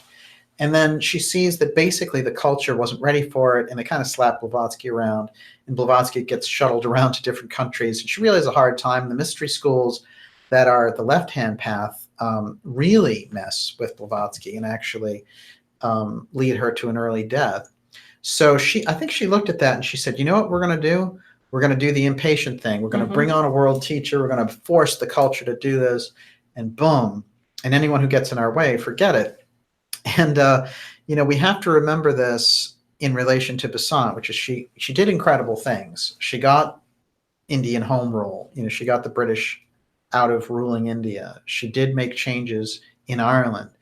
She did make incredible labor changes, and she led the Theosophical Society in a way that no one could do it. However, there is this thing that happens with the ego of leadership, like you're pointing out, Olivia, which is these people decide things aren't moving fast enough on a societal level, we're going to do it. And so Ledbetter, who was really someone who articulated the viewpoint of Theosophy, and again, who Blavatsky had chosen, Ledbetter and Besant, the combination of those two, took Theosophy into this direction. And what they did is they selected Krishnamurti as somebody who didn't have, who basically was going to be this pure vessel that the world teacher, Maitreya, was going to teach, was going to give the new kind of dispensation. He was going to be basically a new Christ. And so this was the pushing it aspect, and this is what got them into trouble, and why Steiner got away from them and started anthroposophy, and why Theosophy itself, when they set up Krishnamurti, why eventually he rejected it, even though he was going to be the Messiah. He said, truth is a pathless land. I'm nobody's leader. I'm out of here. In fact, he went to go study with Gurdjieff and Ouspensky after that. That's not often brought up. And he lived next door to Aldous Huxley. So this is a guy who made incredible, an incredible impact. And again, over and over, when we look at anthroposophy and theosophy, you will find it in the heart of so many different movements. And, whether they're political movements around farming, movements around arts, the mystery schools and their public ventures have come out. And the question is, what have we done with the information they brought forward? In the case of Theosophy, you could say, well, Besant was wrong to push the world teacher, or Blavatsky, did this or that wrong. But in fact, they brought forward great truths. And what has the society at large done with them? This gets us back to Emma Britton, because Emma Britton gave us the key to how to develop the spiritual side and make it a part of our everyday life, which I think is quite important. Those are great questions, though. And Bibi, of course, I know that you know a great deal about these matters. And I think when it comes down to it, the Krishnamurti thing, if the figure himself has a problem taking on the mantle, then it shows that maybe the entire operation, the quote from Ledbetter and Besant was, the coming of the world teacher has gone wrong. But in fact, it's just that Krishnamurti decided, hey, I'm going to do this independent of the masters. I'm going to, bring people around to a spiritual consciousness without the masters of wisdom. And interestingly enough, one of the things I showed Olivia recently was there's this great 1985 speech where Krishnamurti addresses the UN talking about spiritual matters. This is the kind of influence, the kind of reach that Theosophy and the theosophical leaders, even after they had retired, had on the kind of impact that they had on the political situation. So quite remarkable all around. Okay, I want to back up to something which has to do with this period again that Emma Britton comes into in the 19th century around mediums. And you can tell us how we're doing out there, Olivia. But I do want to remind everyone that you're watching the Dark Journalist Show. We're on episode 56, dealing with Emma Britton in the Orphic Circle Mystery School, and Emma Britton being one of the founding members of Theosophy. So we're going into these various tangents of Theosophy to kind of give us that picture of this incredible group. And then the spin-off group, Anthroposophy, which Rudolf Steiner led, and which seems to be particularly geared for the 21st century, dealing with themes of transhumanism, dealing with themes of the impersonation of spirituality through mechanical means, and dealing with the resistance that must be had from a spiritual level to this scientific materialism that is sweeping into all these areas, and the kind of, we call it robotics or automation, whatever it happens to be, but they're trying to snuff out spiritual psychic aspects. And that's something that these groups set themselves up so that we would resist this entire move on their part. Okay, I want us to introduce us to a couple of very interesting people here. We're looking at Catherine and Margarita, who were the Fox sisters, and they had a third sister, Leah. Let's see if I have a picture of her. That's them all together, actually. Quite remarkable. Now, what's interesting is Steiner identifies them as originally chosen by the mystery schools to bring forward this understanding that there is a spiritual world outside of, beyond death and all the rest of it. And they were the first who were coming forward with these messages from the spirits that really got a lot of attention. And they set the tone in New York and became actually quite big and started the huge spiritualist craze of the 1850s and 60s. Now, the Fox sisters were getting information directly from the mystery schools, as were people like the Poughkeepsie Seer, Andrew Jackson Davis. This was a move to get these individuals who had this psychic ability and give them the details, give them the hookup that they needed to plug into the mystery traditions and really bring this out to the public. And these were some of the early versions before Blavatsky came on the scene. It's quite interesting to note that Steiner says that this particular approach of spiritualism, although it had brought things out that were important and served as a buffer to the scientific materialism that was coming over from Europe, what actually was going on was they were getting it wrong. That is, people were starting to imagine that the spiritual world was exactly like the physical world. And if you look at a lot of those things, when they're contacting spirits and things like that, those spirits are like, hey, I have a house here, everything's just like it is there. And so they're kind of getting this continuation of materiality. So in a weird way, it's doing exactly the opposite of what it's intended to do. Now, I'll tell you what's strange about this is when Emma Britton comes over to New York City, because basically the Orphic Circle sets her up in France as an actress, and she starts to have very unusual psychic things happen where she's basically channeling all the time. And she's starting to get noticed a little too much. And she, at a certain point, has a breakdown when she's working for them. And I want to describe it briefly because what happens is, I sort of mentioned it in the beginning here, but let me set up the scene. So when they take Emma Britton into trance for the Orphic Circle, she will go into a trance and they will ask her a series of questions. And in that trance, that somnambulist trance, she will give information from a superconscious point of view. And they'll ask her, in many cases, about state secrets. They'll ask her about, this important matter or that important matter. But in this occasion where she wakes up and the room is spinning and there's all this almost like hurricane going on in this room, and people are scrambling. She's trying to figure out what happened because she went into trance, everything was fine. And she sees these beings that are glowing standing there, and there are people from the group, the Orphic Circle, trying to read what they have and what they're holding. So it's this incredibly freaked out scene, and the person who is her control, as I mentioned, tells her to go back to sleep, go back into the trance so you don't see all this stuff.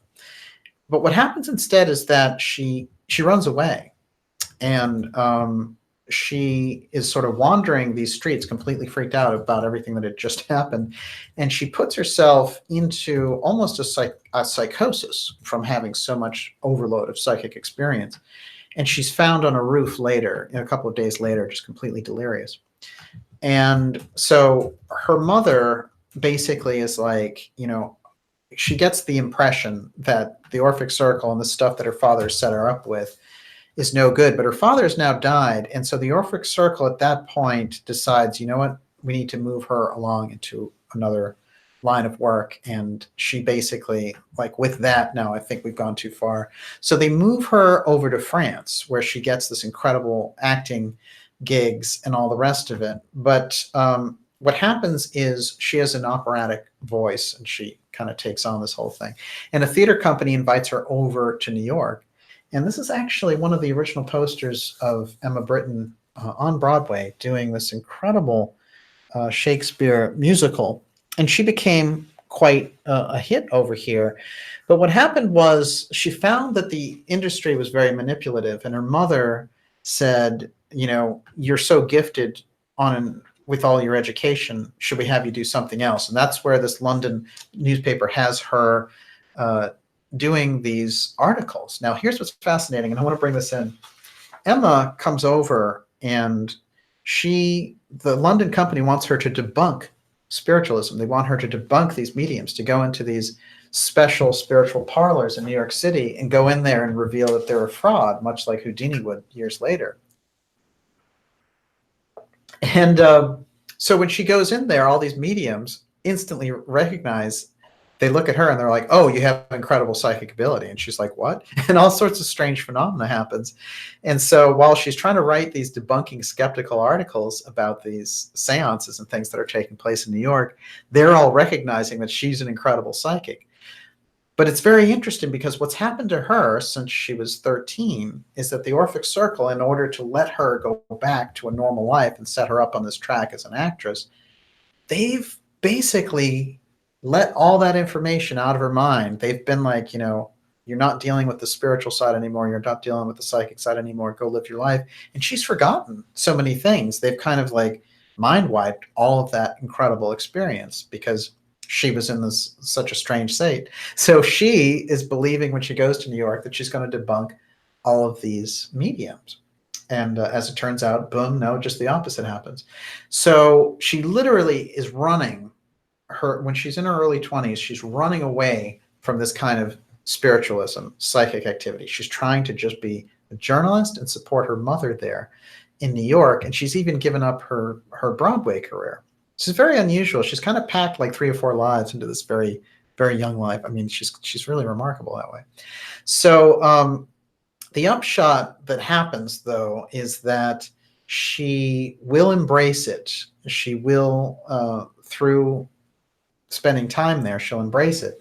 And the people that she runs across, there's this wonderful description in her autobiography of just them setting her up, these people who recognize her talent, setting her up in New York, and literally at these outdoor locations, just sitting there reading for people. And who's sitting there with her but the Fox sisters? So when I think about Steiner fingering the Fox sisters as the group that the mystery schools had worked with, I start to recognize this theme about the Orphic Circle setting up Emma Britton. And even when she goes to New York and this whole sequence of events, it seems like it's laid out for her to do it. But her descriptions of the Fox sisters and what happens with them and how they are so in demand and how they're incredible psychics is also, I think, gives us a good snapshot of that period. Now, one thing I want to say about the Fox sisters is years later, the mystery schools, realizing that this didn't work so well, that them putting out this whole spiritualism wasn't really the weren't getting the results that they needed and that they decided to go with Blavatsky instead, they withdraw their support, and then the Brotherhoods of the Left-Hand Path decide to really tarnish the Fox sisters. And they do it through a series of actions and trying to make them look like frauds, etc. So when you go and you find information on the Fox sisters, they'll be like, oh, so-and-so admitted it was a fraud, or whatever it happened to be. These people were under incredible pressure. And once the mystery schools withdrew their support for this operation, the left-hand schools saw the opportunity to make the whole field look ridiculous. And we see a lot of that now with the UFO file. These things always run in these courses because the left-hand schools don't want the public to know anything about psychic experience. They don't want them to have those tools. The ruling structure would be far happier if you and I knew nothing about extrasensory perception, astral travel, any of it, because it gets you away from just being this kind of puppet citizen. So it's quite important, I think, to think about this particular period and what happens there.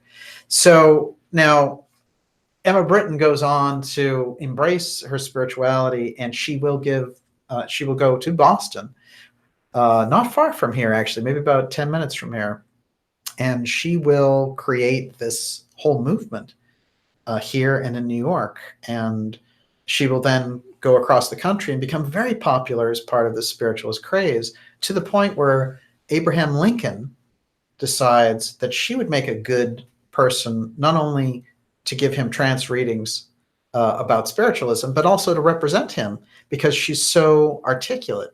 So we're getting a very unusual snapshot here, again, of the mystery schools using someone. And what actually happens is Emma Britton winds up bringing an incredible wave of spiritualism to America, and works very closely with the Lincoln administration politically. So again, we have that balance between the mystery schools and the kind of deeper aspects of politics. Now, what's fascinating is in 1875, Blavatsky comes over and founds the Theosophical Society with Britton. That's 10 years after Lincoln died. But you see, it takes all of this setup for Britton, going through the Orphic Circle, going through all these various tests. Now, what happens is she publishes a book called Ghostland. And Ghostland is supposed to be the information given by an initiate, somebody who had been transformed by the mystery schools. And it was supposed to be transmitted to her, and she was going to be the one to reveal it, basically. Years later, people would interpret the book and realize it was written by a feminine hand, and that the language used was literally the language that someone would use who was from where she grew up. So instead of this being some actual initiate who gave her the information, it has been surmised or speculated upon that actually this is Emma Britton's experience, and the one that she couldn't reveal openly because she had given this oath to the Orphic Circle, but instead she does it through the character of this person who gave her the information. And interestingly enough, there's a series of things and a series of initiations that take place in Ghostland for this figure who she calls Chevalier. Now, I want to get into a couple of these because it'll give us a bigger idea, and then we're going to tie into how she basically created the wave of the Theosophical Society that became Anthroposophy. And then we're going to take your questions. Of course, Miss Olivia is ready for that. How are we doing over there? I've got a lot of great questions already. Fantastic. You're watching the Dark Journalist Show.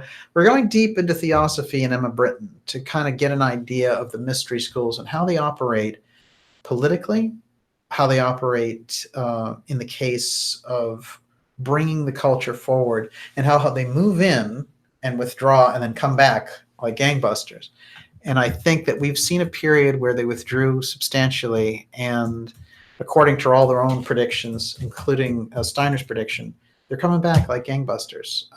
And we're looking at the effects of the mystery schools' re-engagement with the popular culture. Yes. I want to ask this right away. So Bo Krill says, so I'm kind of getting bummed out. I'm thinking these left-hand groups won. Am I wrong? No, the left-hand groups have not won. They certainly have not won. We are proving that right here. I know that sounds kind of high and mighty, but that's it. You know, we're still talking about it. We're still trying to connect.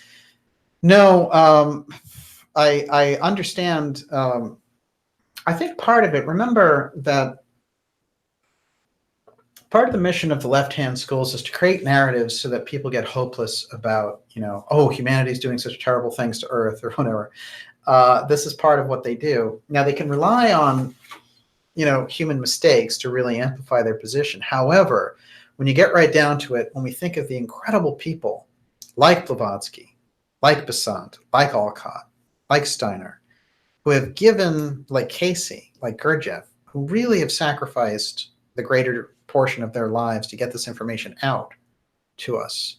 I make a habit of pointing out that Rudolf Steiner spent 3 decades, essentially, along with all of his other work, telling us that harmonic forces were going to come in through the technology in the 21st century, and that this was going to be the next great battle for humanity.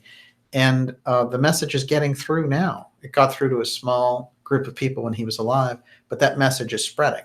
So it's certainly, there's no outcome yet. But certainly, even in Steiner's point of view, there was a possibility of the harmonic forces catching humanity unawares and really lulling them into the state and harvesting them into what he called the eighth sphere. When we look at that, setup, we can see that people like Britten, Emma Hardinge Britten, are so important because they bring the truth about the Orphic circle out. We get something, and there's a real breakthrough that happens there. When I've dealt with psychic individuals, or when I've dealt with, even dealing with people like Graham Hancock, for example, you can see there's this incredible information we can plug into. So if anything, it should give us, the worse things become, the more that we should really close ranks and dial into the really good information.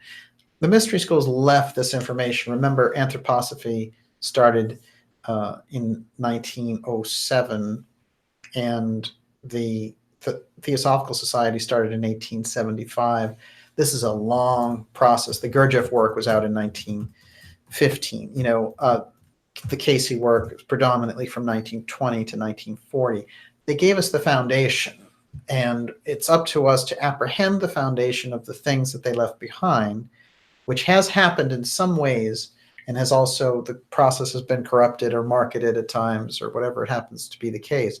But if you look at the explosion of consciousness in the 1960s, and you see people getting into the mystery school aspects, life after death, psychic experience, etc., that's all Theosophy from 1870 something. So sometimes it takes, you can see that 100-year lap there. In Steiner's work, he gave us the word around 1916, that in 100 years we'd get that opportunity, and that the window is something like 3 decades.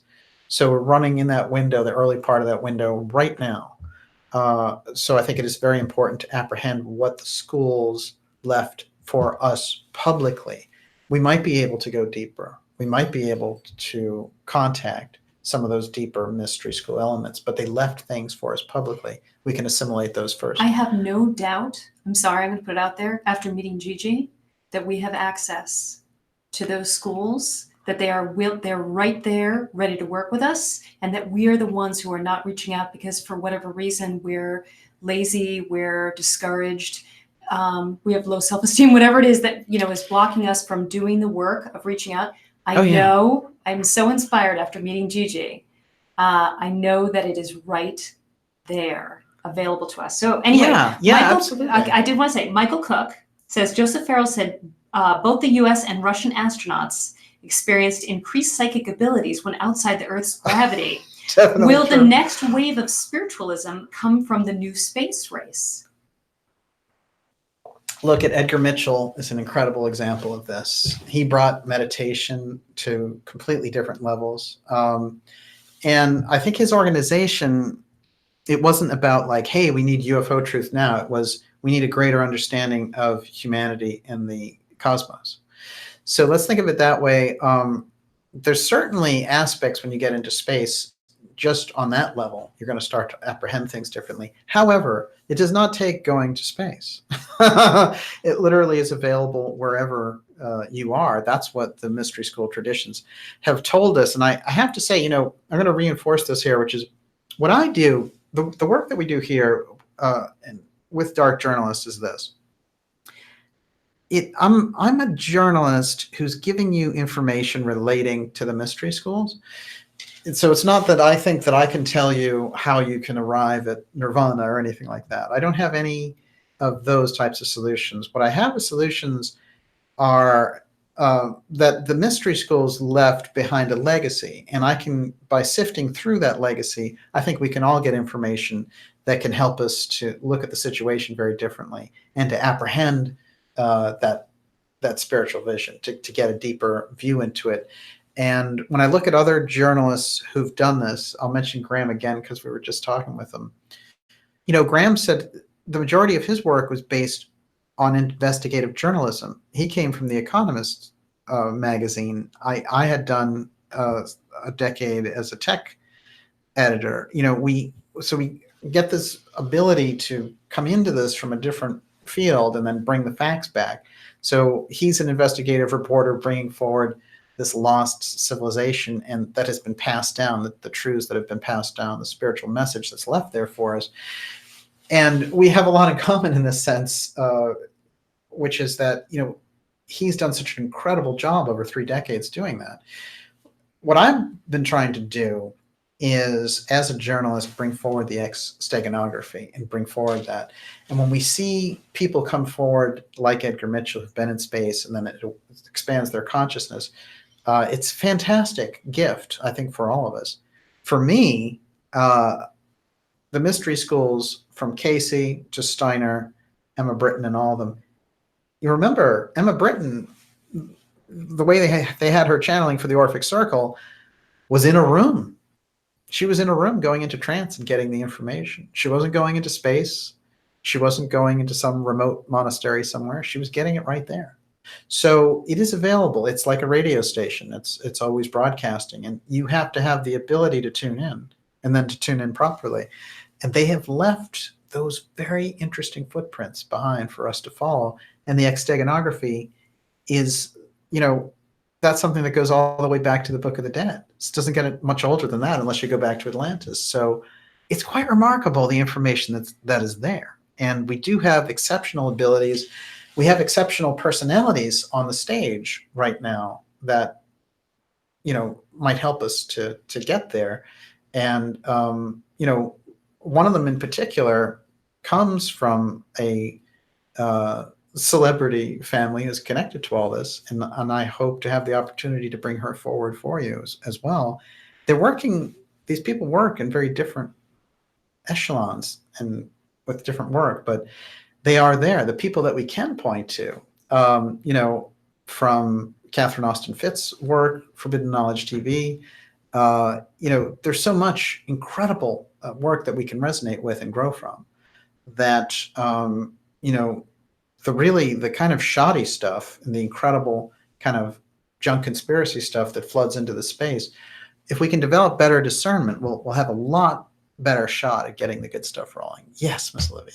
Oh, did you want a question? No.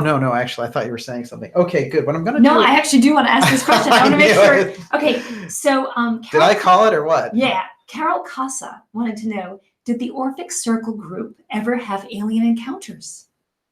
Well, those beings that showed up that freaked out Emma Hardinge when she woke up and saw them there were glowing beings that were holding some kind of something that these Orphic Circle people could read, but it got out of hand. The contact got out of hand. This is an interdimensional contact for sure. And when you read Bulwer Lytton's materials, there's lots of references to things like this.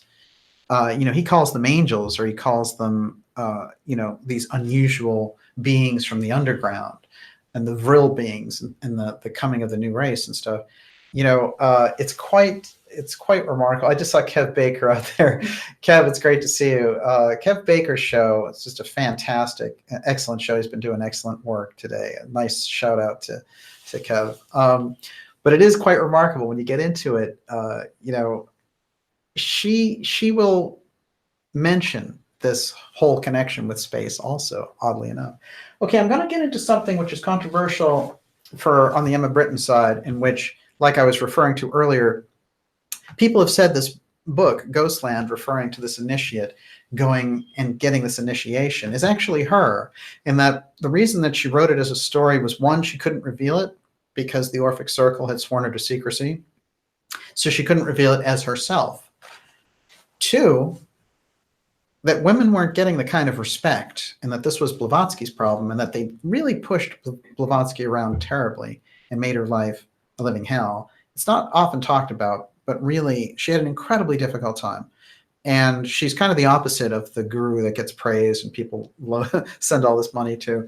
You know, everywhere she goes, people are trying to rip her off. There's always these operations from the left-hand schools to take her down. When she comes to America, and I have to say, I have a lot of reverence for a lot of respect for what Blavatsky tried to pull off, considering she was a woman and a Russian in that period of time, trying to come into America and make a difference.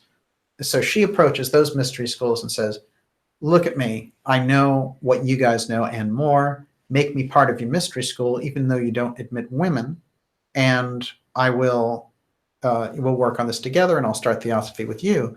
And they say, no way. And she says, well, I'm going to go to France and do it because they will accept me. Those mystery schools will have the answers and you won't. So according to Steiner, what they do is these groups decide to put her in something called occult imprisonment, where when she goes to meet this incredible truth and go into these states, they will block her. They will send her false images. They will make her think that she's somewhere else. All sorts of incredible tactics that are pulled on her. So Blavatsky really is somebody that was targeted heavily once she came out with this information. And that Steiner talks specifically about psychic attack when it comes to revealing mystery school aspects, not so much from the mystery schools, but from the left-hand schools who don't want the information out because they feel like they can kind of hoard that material. It's quite important. But anyway, in Ghostland, they let something very important out. Let's get to that, and then we'll take your questions. Although, Miss Olivia, you can tell me what's going on out there. Well, Kelly Caper wanted to know, was Emma the Alice in Alice in Wonderland? Yes, if you go to the episode that we've done on Alice X Wonderland in CERN, that tells the story of Emma Britten as Alice in Wonderland. That is where the story actually comes from. She's the somnambulist who goes into the rabbit hole. A couple of quick things. I wanted to get these quotes on the record from Emma Britten so we understand her past and her upbringing from her own lips. Quote, when quite young, in fact, before I became acquainted with certain parties who sought me out and professed a desire to observe the somnambulistic tendencies for which I was then remarkable, I found my new associates to be ladies and gentlemen, mostly persons of noble rank. Remember, this is literally Emma telling her story. And at the time that they have her, she's a 10-year-old who's quite remarkable psychically.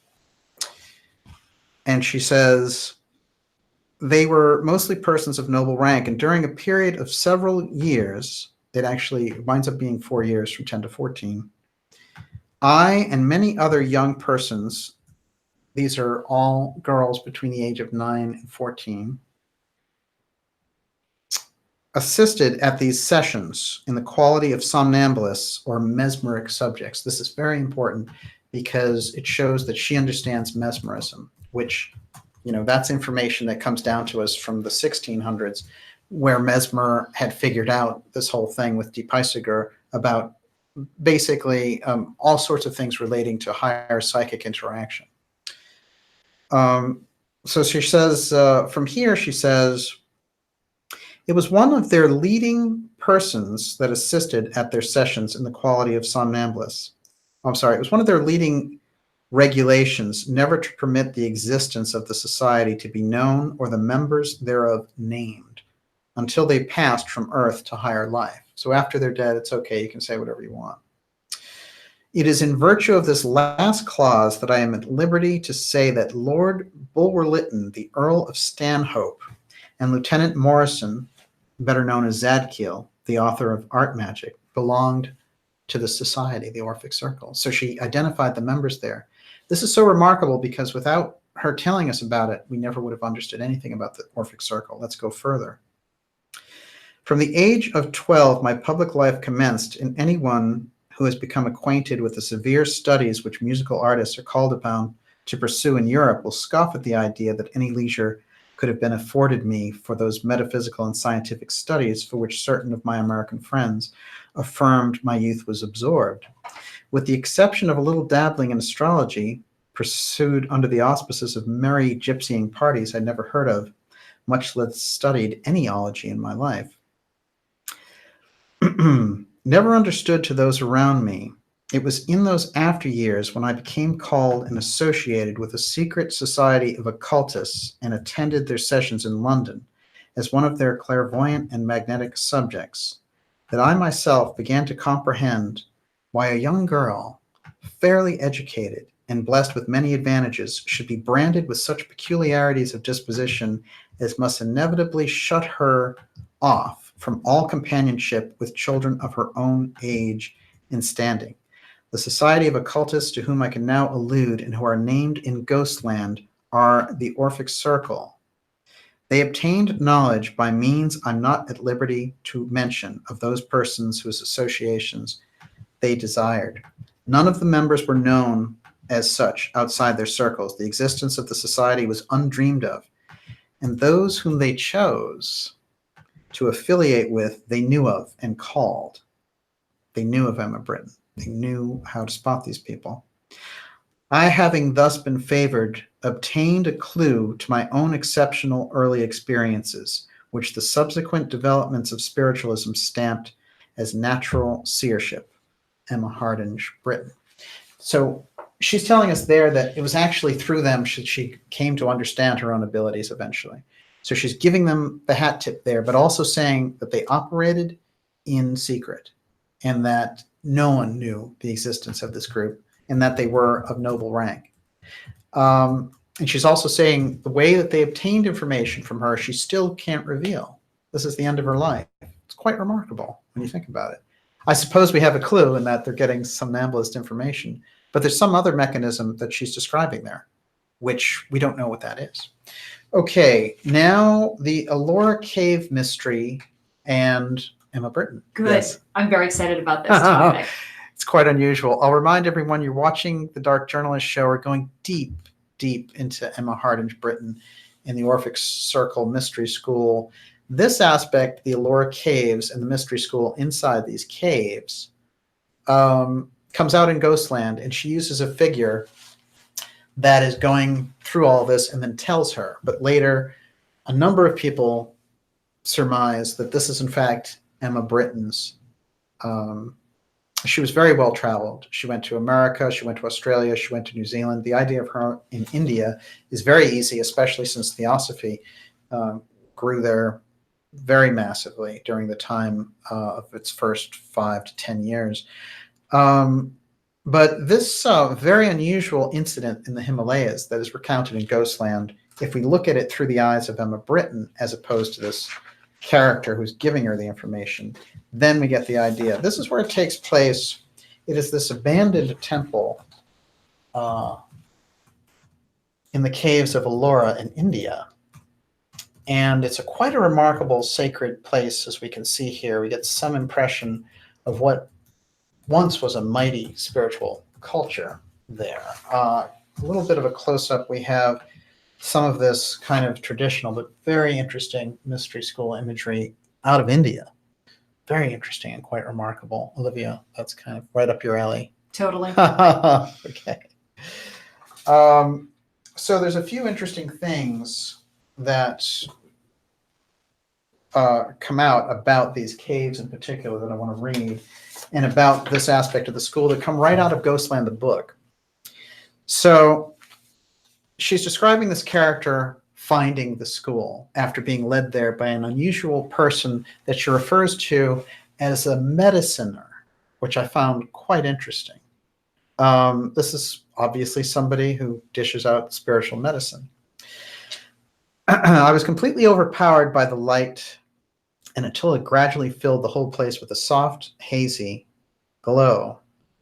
Then it was that we discovered around this astral altar a circle of crouching, dark forms who, with veiled heads and misty robes, seemed to be supported on seats, faintly outlined and stretching away, row after row, circle after circle. This is all in Ghostland, by the way.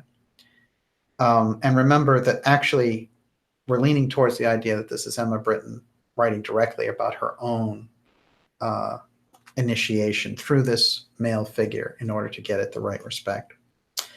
The official story is that she was given this information and she put it out in Ghostland, but we found out later that this actually isn't true. So more than likely, this is her direct experience. Okay. Until I reached for the first or inner circle up to the remotest part of the roof, completely filling our vast lodge room. It looked almost in the form of an ancient Roman amphitheater. This special company, although it clearly outlined in the mysterious twilight of the room, obscured but did not conceal the other persons or material objects present, which shone through them as if they were merely shadows. I find on comparing notes with the other members of the circle, the appearances I have thus briefly described were realized by all pretty much alike. Let it be remembered, however, that what I have attempted to depict in cold, matter-of-fact language can never be thoroughly realized except by the awestruck witnesses, nor could any word painting, however vivid, do justice to this tremendous, harrowing impressions produced on the mind of everyone in the presence of this immense company of formless, nameless shadows. I might have lived for centuries with the memory of that solemn and terrifying scene. I might behold death and carnage or mortal catastrophe in its dire form, yet nothing could equal the insupportable horror of the phantom gathering. This is very important. What happens is, this is what Steiner calls the dweller on the threshold. When you go to move into the mystery schools, and we've seen this depicted in things like Star Wars, when they enter the cave, you have to face yourself and all your fears, and it becomes this harrowing specter. And when you pass through that, you get through the doors, as it were, into this state of higher consciousness. So this is quite remarkable. She's like, nothing on earth is as challenging as facing this dweller on the threshold.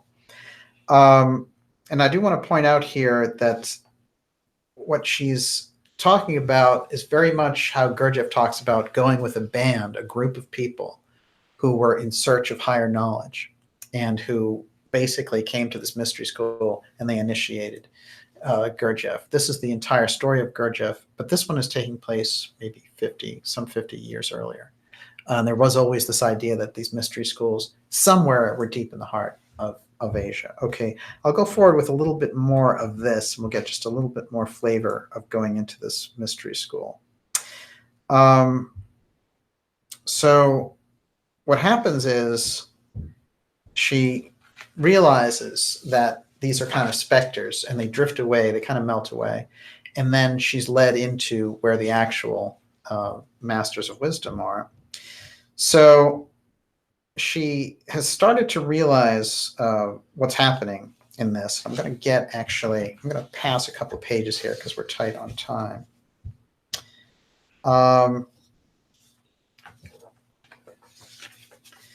So she says, I turned hastily to retrace my steps when I was violently seized from behind, my arms drawn back and tightly pinioned, a scarf tied across my eyes and another over my mouth.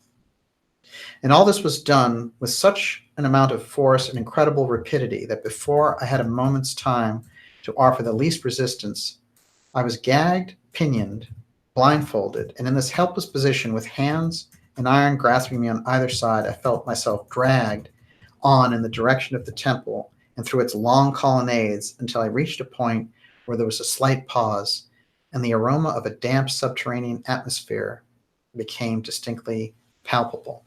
Now, this is also told in the Gurdjieff story, where when he's led to the mystery school, they blindfold him and they lead him through these mountain caverns on a donkey, and then they eventually arrive at this place, and he arrives there. This is, of course, how the mystery schools keep their location secret, but it's quite harrowing to go through. A little more of this from Ghostland. Strange to say, my usual clairvoyance in this unexpected captivity utterly forsook me. There seemed to be a will stronger than my own operating to subdue my spiritual perceptions, and for some time I was too stunned to attempt resistance in all this long descent into the very bowels of the earth. I heard no other sound other than the footsteps. No footfall broke the portentous silence. The strong grip of my captors is the only evidence that I had companions.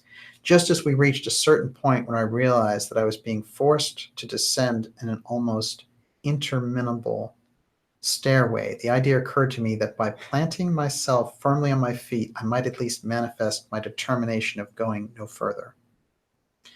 This poor show of resistance was instantly met by a push that was violent, and had I not held by the hands of iron, I should have precipitated to whatever depths awaited me below. This is a very harrowing initiation of going into this school. So what happens is, when she makes it, the air became soft, balmy, and perfumed with the odor or aroma of aromatic essences, and the floor was smooth and hard as if formed of polished stones. I felt busy hands about me, removing my gag, bandage, thongs, and then it was a slight burst upon my ears, such as no language of mine can do justice to. I stood in a subterranean temple of immense extent, fashioned in the shape of a horseshoe, a large oval of which was arranged as an auditorium with luxuriously cushioned seats of ascending circles on the plan of an amphitheater. The lofty roof was surrounded with highly wrought, sculptured emblems of Egyptian and Chaldean worship. She had made it through the incredible initiation of getting there, and now she was in this incredible cave mystery school surrounded by all this Egyptian and Chaldean worship. Interspersed with sentences emblazoned in gold in Arabic, Sanskrit, and other Oriental languages. In the midst of the roof, which sloped upwards, was a magnificent golden planisphere, basically the stars, formed on an azure plane, so skillfully designed that the interior of the temple was illuminated from the representations of the heavenly host that gleamed and sparkled above my head. The walls were hewn out of the same red granite which composed the mountains in the district, but they were thickly adorned with gigantic images of Egyptian gods, surmounted by a border of gorgeous bas reliefs, some of which represented ancient Chaldaic tablets. Others were engraved planet spheres and astrological charts with scenes from Assyrian and Chaldean history. And she goes on to describe this incredible pair of gigantic sphinxes that are supported on either side by the immense image of a winged bull of Nineveh that was suspended, in all probability by magnetic force, in midair. It's just floating there. So she reaches the Orphic Circle in there, and they give her this incredible gift for humanity, which is humanity's going through this incredible period. You are basically going to be a part of the initiation of these Ellora caves. And this school, she's going to go out, when she leaves there, she's going to go out with this incredible information. Again, those early flashes of the Orphic Circle and what it became through groups like Anthroposophy, through the Gurdjieff groups, and the witnessing of those temple dancers. God, that's cool. What's amazing about it is this is a reflection. Remember, these people like Gurdjieff, like Emma Britton, go into these schools and they come out with this knowledge and they try to reflect it back to give us some idea of what it is. And so I'm not going to ruin the end for what happens when she's in Ghostland. Give us a hint. Well, this is really where she becomes transformed. And interestingly enough, someone did guess it, that it's space related, but it is quite remarkable that these Masters of Wisdom give her this role. And in Ghostland, of course, it's the character of this seeker, and who is a man. And he's giving her this information. And later, as I described, not so fast, not so fast. It actually is Emma Britten's story told through this incredible environment of the Ellora Caves Mystery School. Now, somebody might ask, do you think that mystery school is still there? Well, it was there once. It certainly was there once. And the way that I understand these things is in terms of how they're there physically, it's quite it's quite different in terms of how we would look at it. But I think what we have when we look at Emma Britton is she took the charge that they gave her in these mystery schools to go out and change things, just as Besant and Alcott took that charge from Blavatsky. So when we look at it from this perspective, we can see that they're facing this incredible challenges, and they're doing their best to bring it forward. But it seems like it's almost as if in the case of people like Edgar Cayce or Emma Britton, that they've prearranged to do this before they even come into the earthly sphere to do it. Emma Britton would become not only a political figure, helping with the re-election of Abraham Lincoln, but she spread spiritualism through America, through 44 states. That's no easy feat. All from Boston, by the way. She went and spread spiritualism and started the first spiritualist movement in Australia and New Zealand. And she really, by giving us the clue of the Orphic Circle, she opened up the entire aspect of the mystery schools interacting with that higher political echelon together, and how that can be either very profitable or very dangerous, depending on the individuals that we have involved there. Emma Britton, at the end of her life, tried to steer the Theosophical Society towards this Western mysticism. That became the role for Rudolf Steiner instead. And Blavatsky, the people who were handpicked by Blavatsky, Besant, and Ledbetter, they spun Theosophy more into the Eastern initiator's path, which is nothing wrong with that. But apparently, in the order of things, the Eastern initiation had already taken place, and that it's the time for the Western schools, the Rosicrucian school, to move forward, to move the culture forward, and to battle this Ahrimanic force, and that there's something fundamental about the Eastern approach which set this up. And so the Western mystery schools owe that to the ancient wisdom of the Eastern schools, but the Eastern schools can't handle this. And that's why the Western tradition needs to come forward. I want to make one other point about Emma Britton before we go to your questions. Actual name is Emma Floyd. And so Emma Hardinge Britten, her married name is Britton because she married Dr. Britton here in Boston. But Hardinge was the name that the Orphic Circle gave her, and she kept it her entire life. The origin and the mystery of that name comes up for a lot of people who investigate Emma Britton, but it's something very deep about the mystery school connection with Emma, something in that name, Hardinge, that perpetuates the mystical tradition around her name. One thing I want to say from the record, which is Emma Hardinge became involved in the campaign efforts in 1864 in support of Abraham Lincoln's re-election after delivering a highly successful lecture series titled The Coming Man, the Next President of the United States. Emma was invited to continue her political work on a 32-city lecture tour. Think about that. That's how much the Lincoln administration valued her. So we're seeing the mystery schools work directly with that political echelon. There's the kind of ex-share aspect going on back then. And of course, we know that Lincoln was assassinated, just like Kennedy would be 100 years later. So we're getting an idea here. And the Western Star, which is the magazine that she published, went out of business after a series of devastating fires in Boston. And I found that very interesting, too, because here's somebody who is founding the Theosophical Society, and it's like, you know, her her magazine and the factory and the places that were producing her stuff all are destroyed by fire, and she's set back dramatically. It seems to me that Emma Britton is not quite understood and not quite appreciated for the incredible role that she had in bringing these truths forward. She was a mystery school initiate. She was identified young, and she had that burden growing up.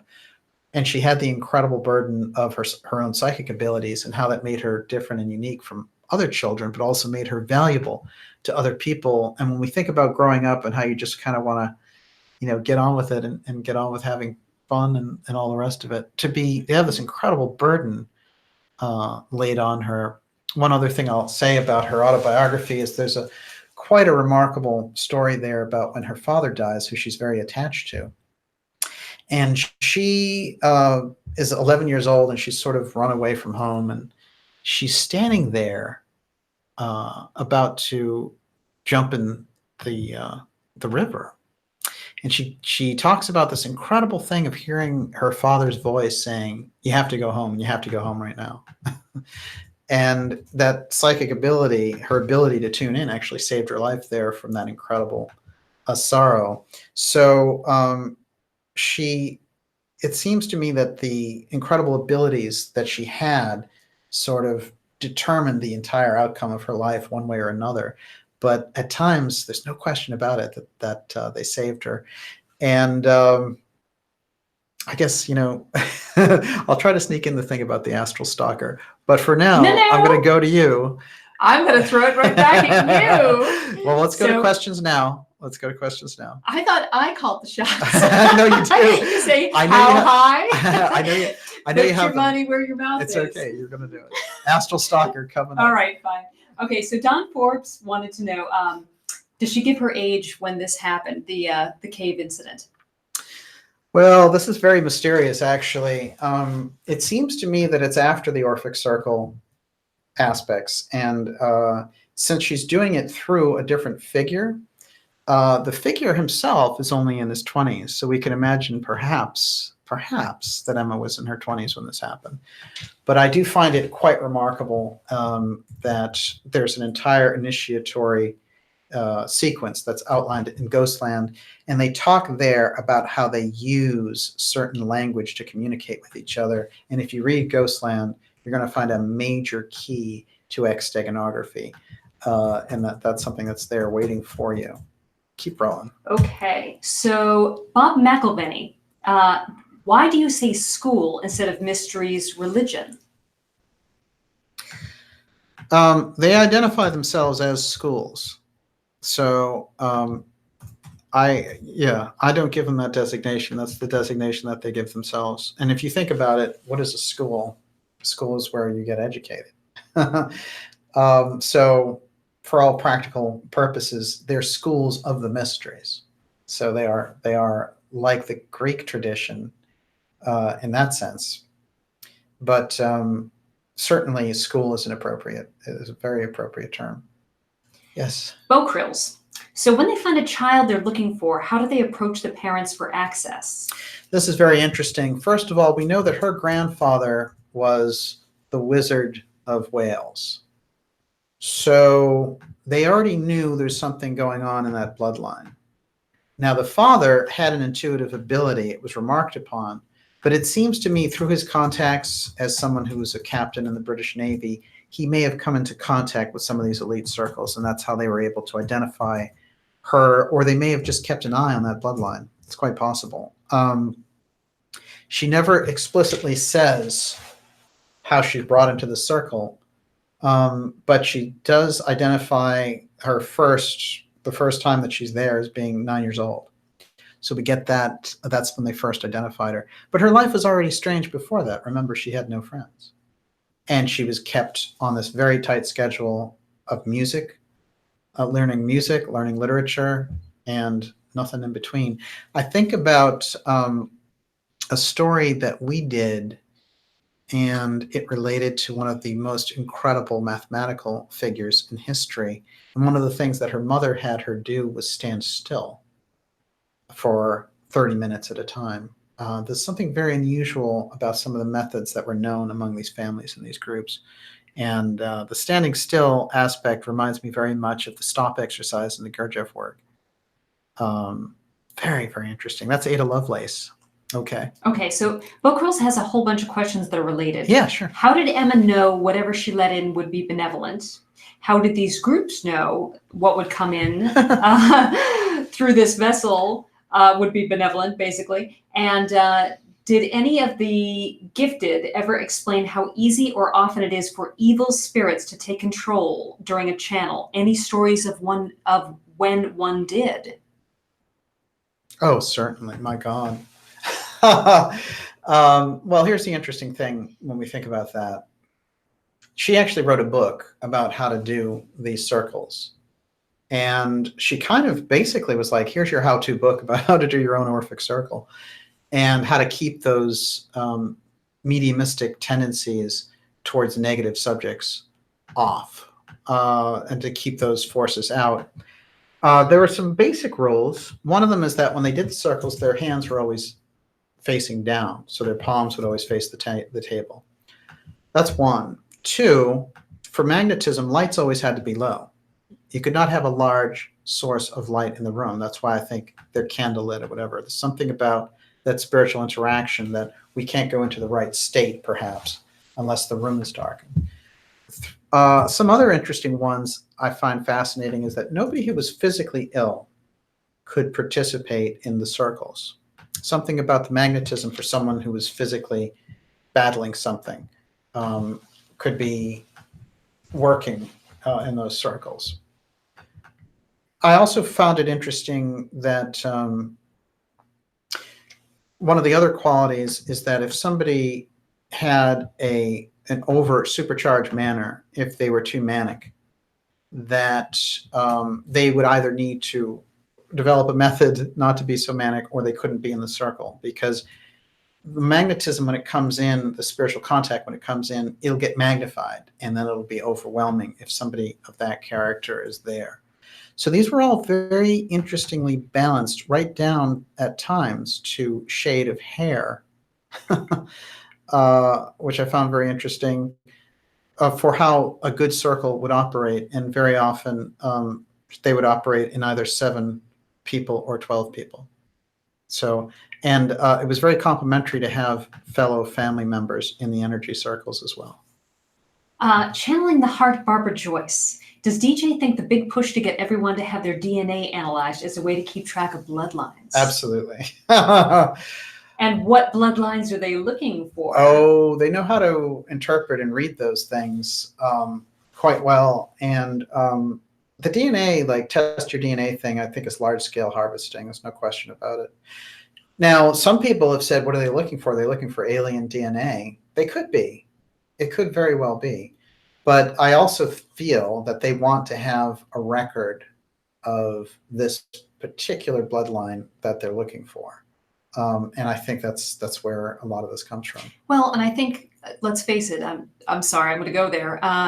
There's depopulation in the works. Oh, yeah. And, yeah. Whether they make determinations based on that. It blood, is. Well, that's a very Nazi kind of approach when you think about it. Now, let's think about this.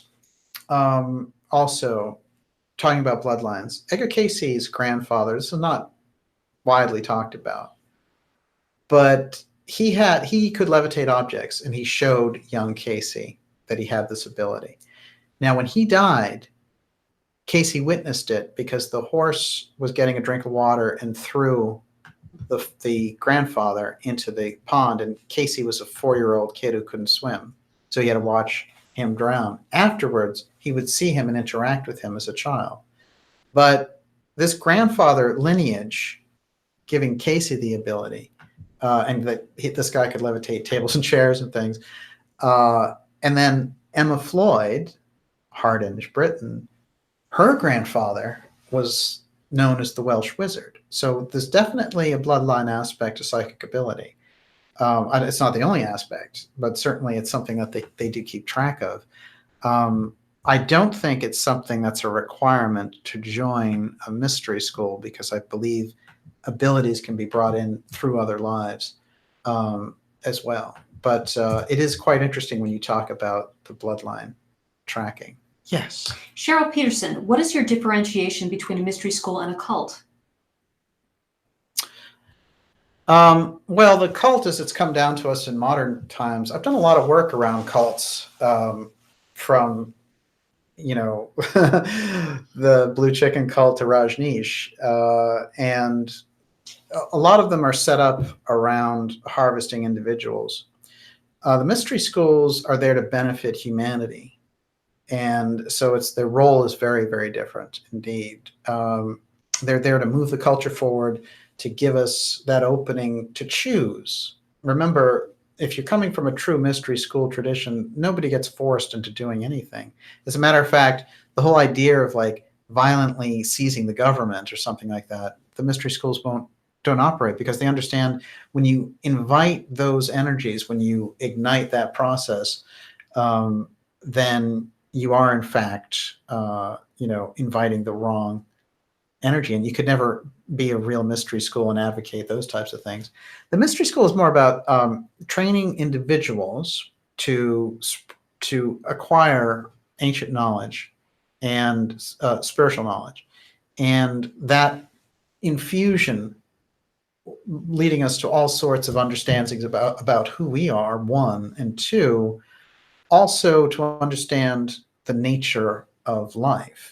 So our relationship to spiritual life, the cosmos, and all the rest of it. But also there are hidden things about humanity, and the mystery schools are there to help us process those things and bring them into our consciousness and develop us. A cult is generally there to harvest the people involved, and usually with tragic consequences. Just look at Heaven's Gate. Yeah, and usually it surrounds a charismatic leader, right? Who Yeah. is not terribly ethical, and often sleeps with... The scum rises to the top. I think that's what you're trying to say. Yep. It is interesting. But see, this is all very fascinating too, because we have to remember that these people, think about what basically an adept that Blavatsky was, but she also was somebody who had an incredibly biting sense of humor. And she didn't put up with BS, and she was willing to call people out all through these books. Emma Britton, Blavatsky, and all the rest of it, they're constantly calling the frauds out. And they have to. It's the nature of the beast, because there are so many when they get to doing this stuff. And if they were around now, the things that they would do, they'd be calling out, the phony, I'm a galactic ambassador, or I'm David Wilcock, Casey incarnated. They wouldn't let that kind of stuff stand, because it's not things that are based in integrity. Nobody with integrity would ever say that. So we're dealing with a very low mentality in the current era around spiritual matters. Ask anyone who's trying to do a legitimate New Age thing or get into spirituality. You're surrounded by a lot of manipulative stuff, and yet the heart of the New Age is incredibly altruistic. New Age comes from A.R. Araj, who was a Gurdjieff disciple. That was the name of his magazine in 1920. So these were people who were looking, and think about what the term means, a new age. What is that? A new age of consciousness, right? It's the age of Aquarius, baby. Mm-hmm. So, these things are very important, but we can also see, just like in the religions, that the power gets exploited. And, so you get like a Joel Osteen ministry, and this guy is like, he's a Cadillac preacher. This is just the nature of the thing, but we should never hesitate to call it out. I think that that's a false thing, and that when we see it and we can prove it, like we started the show with Elizondo, for example, that's journalism. That's where I come from. And it has nothing to do with positive or negative energy or anything else. As a journalist, you have a set of facts you're able to present, and the public gets informed. That's what you do. That's the service of the fourth estate. So you bring the facts forward without regard. You do it in a balanced, humane way, but the facts are the facts. That's what a good journalist does. So hopefully that's what we get down to here. But cults, I would say, are exactly probably the opposite of mystery schools. Okay. Marco Gallerito has a great question. Yes. Are cults helped by dark brotherhoods at times? Oh, absolutely. My God. You know, I was going to do an episode on mystery school mishaps. You still should. Yeah, and there are also like groups that, as they get further and further away from the center of the thing, like groups that spun off of Theosophy, they get less and less effective. They get watered down, and darker groups get their hands on it. Now, there's a lot of groups and a lot of cults that you know, from Scientology to we talked about LifeSpring and all kinds of groups like that who use the human potential movement idea to basically suck your bank account. So now, you know, it is true that on Wall Street this happens all the time. So you're like, well, you know, what does it matter? I guess on Wall Street you kind of expect it, but when you get into human spirituality and things that are sort of important for someone on a soul journey, it really stands out. You know, it's really the wrong place to be if you're doing that kind of thing. So we see a lot of it. We see a lot of harvesting operations and a lot of mind control. And if we can get a better understanding around mind control, entrainment, and all the rest of it, you know, even with YouTube and these platforms trying to throw people off who are thinking, that's mind control, because they don't want the other voice out there to compete with them in the Ministry of Information or their 2 minutes hate or whatever it happens to be. They just want their one narrative and they want to ram it down everyone's throat. It's not going to go down very pretty because, you know, you can't put the genie back in the bottle. And my way of thinking is the only way that they're looking at it is we have to, you know, the gorilla has to come out of the closet. We have to show what fascists we are because we can't control the narrative anymore. And I think that's going to boomerang on them, although it's going to be uncomfortable for content creators in the meantime. And people, I think, who are looking for the right thing in the alternative space are going to have to develop alternatives that do not rely on the corporate social media structures. Everyone, you're watching the Dark Journalist Show. We're in deep into episode 56 of the X series, and we have some amazing stuff coming up for you in June, by the way, I want to mention, including Catherine Austin Fitz, and we have a remarkable series of episodes, X episodes, coming up as well. And you have the rest of the Graham Hancock episode interview. Yes, absolutely. Up now for subscribers. And, you know, it's amazing because we got so much incredible video from doing that, and I highly recommend watching my live interview with Graham Hancock. We're going to be doing more live events this year. That's why you want to be on the newsletter list. Get rolling with it now. Go to darkjournalist.com. Sign up for the free newsletter. Make sure you're in the loop with us because you're going to want to have early. I remember that the Graham episode, the Graham event, sold out in 2 days. So I mean, that's what happens. You know, if you're part of the Dark Journalist subscriber roster, then it's going to be easier for you to get access to those things. We've made it very affordable to join the site. It's $5 a month. It's about as low as we could keep it.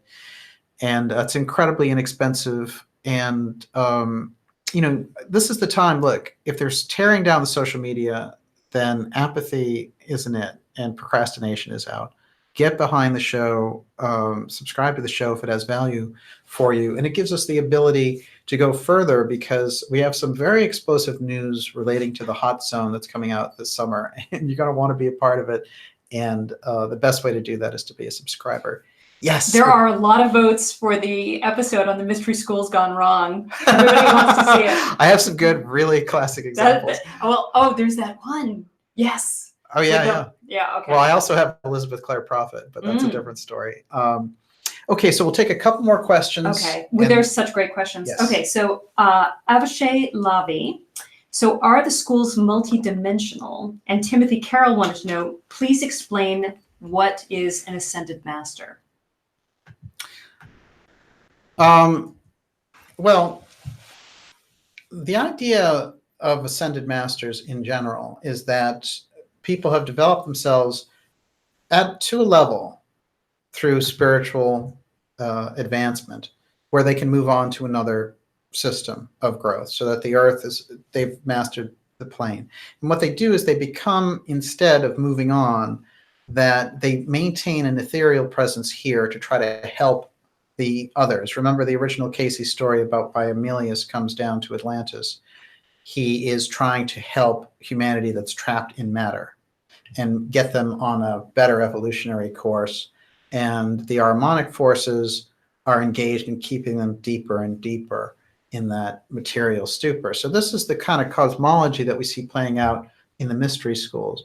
So an ascended master fundamentally is someone who's moved beyond the need for an earthly life, but who stays behind here and works with us here to raise up our own level, to raise up our own frequency, to be able to ascend to where they are, and they take it on as their life's work.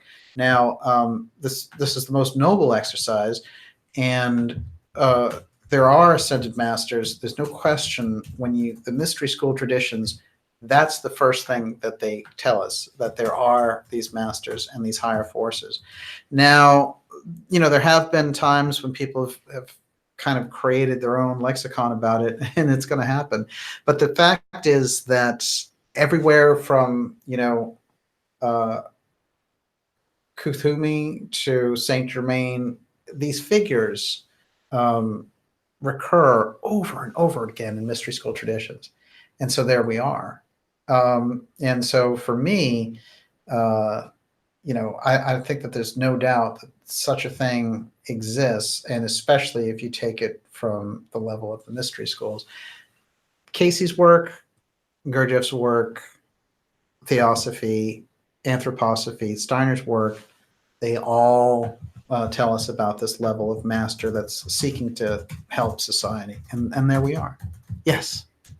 Sorry, just responding to somebody. Okay, so TJ Isaacs, we are in a critical time. Who leads the mystery schools now? And I would add, how can we summon them? How can we offer ourselves to them if we want to be trained, as many people do?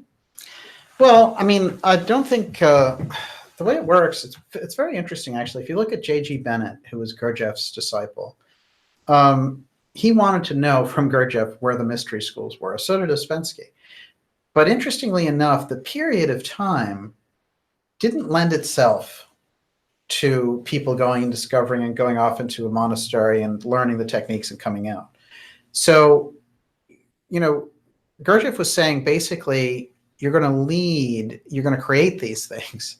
You're going to use the knowledge that we're plugging in, and you're going to use it properly.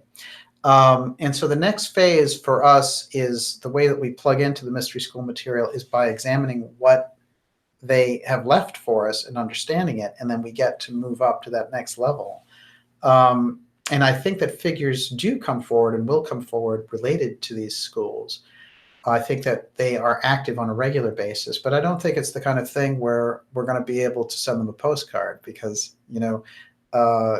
mystery school adepts, remember there are levels, and I describe these levels, I'll make this brief, but you have the main mystery schools who are kind of that level we were just discussing. They know so much, and they've maintained that tradition. Beneath them, you have lesser schools who have been there and are branches of that bigger piece, but they don't have the entire basis of knowledge as the main mystery schools. Beneath them, we have the archaic schools. The archaic schools know all the traditions. They've memorized the traditions, and they keep the knowledge. But it's not so much that they're about advancing that knowledge. They're kind of like an incredible brain trust. And beneath them, we have private groups of study around particular thought. And then outside of that is what public schools, public inquiries, public groups, people who go and study, whatever it happens to be. It could be Buddhism, it could be ancient Greek philosophy. Those types of mystery schools, or who study the Gurdjieff work, those are all public groups. So all of that stuff exists simultaneously. So when we say mystery schools, we're actually talking about that entire rung there. So the mystery schools at the top level and how we can kind of bring that into our lives, there's no doubt that they've left, through things like exteganography, they've left this kind of footprint of knowledge. And if you follow that information, and if you follow the work of Steiner and others, you know, it starts to open things up. I mean, information starts to open up. They've all left behind, whether it was Casey or Steiner or Gurdjieff, they've left behind the tools. I think with Steiner's knowledge of higher worlds, this is his introduction. You know, I call it Steiner's hit single because it's the only book that anyone really understands of his. And it is broken down in very easy language. Ouspensky, In Search of the Miraculous, you know, there is the interaction with the mystery school directly in that book. In the Casey work, you know, Edgar Casey and Atlantis, like these things, these tools are left there. And I think in literature, we find it also. The study of William James, for example, in his studies, these things can open our consciousness up. And there are many great writers now as well. And as I started off the show talking about Graham Hancock and people like that, I think that we start to get a feeling that there is the information out there. There's no shortage of information. Yes. Of course, we only want the best information.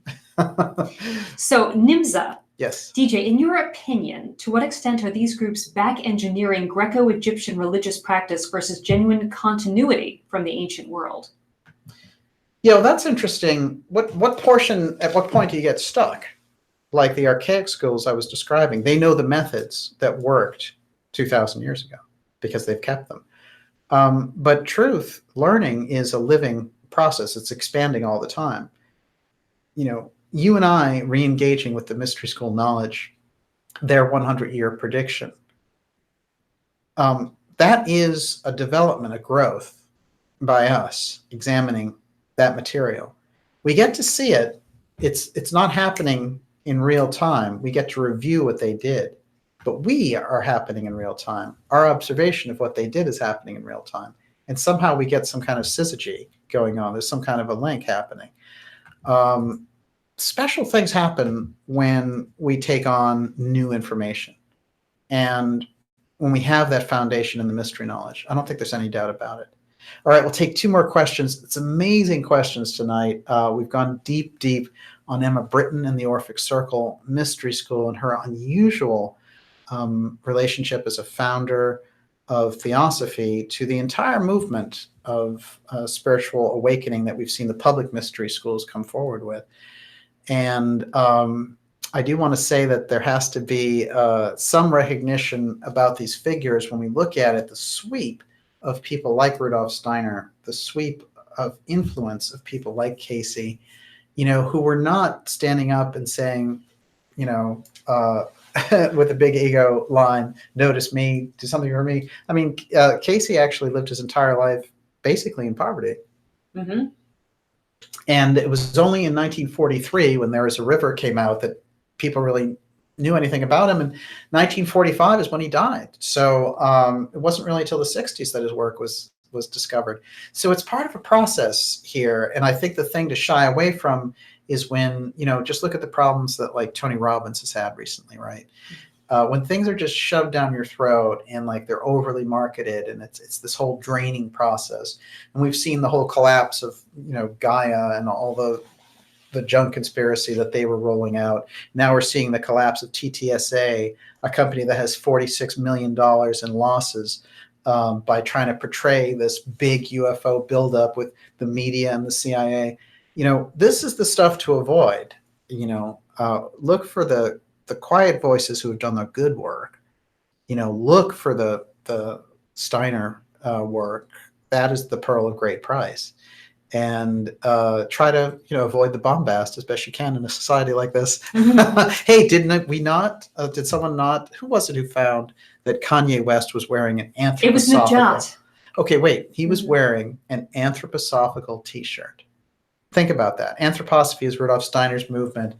Kanye West was wearing it. What does that tell you? And Najat found it. Good find, Najat. Fantastic. But really off the charts. Incredible. Well, and my theory was that, I don't know, for what it's worth, I thought he probably saw Tesla Trump in the time capsule. Now, this is interesting. Kanye West being very, very interested in Trump and meeting with him, a big supporter and all the rest.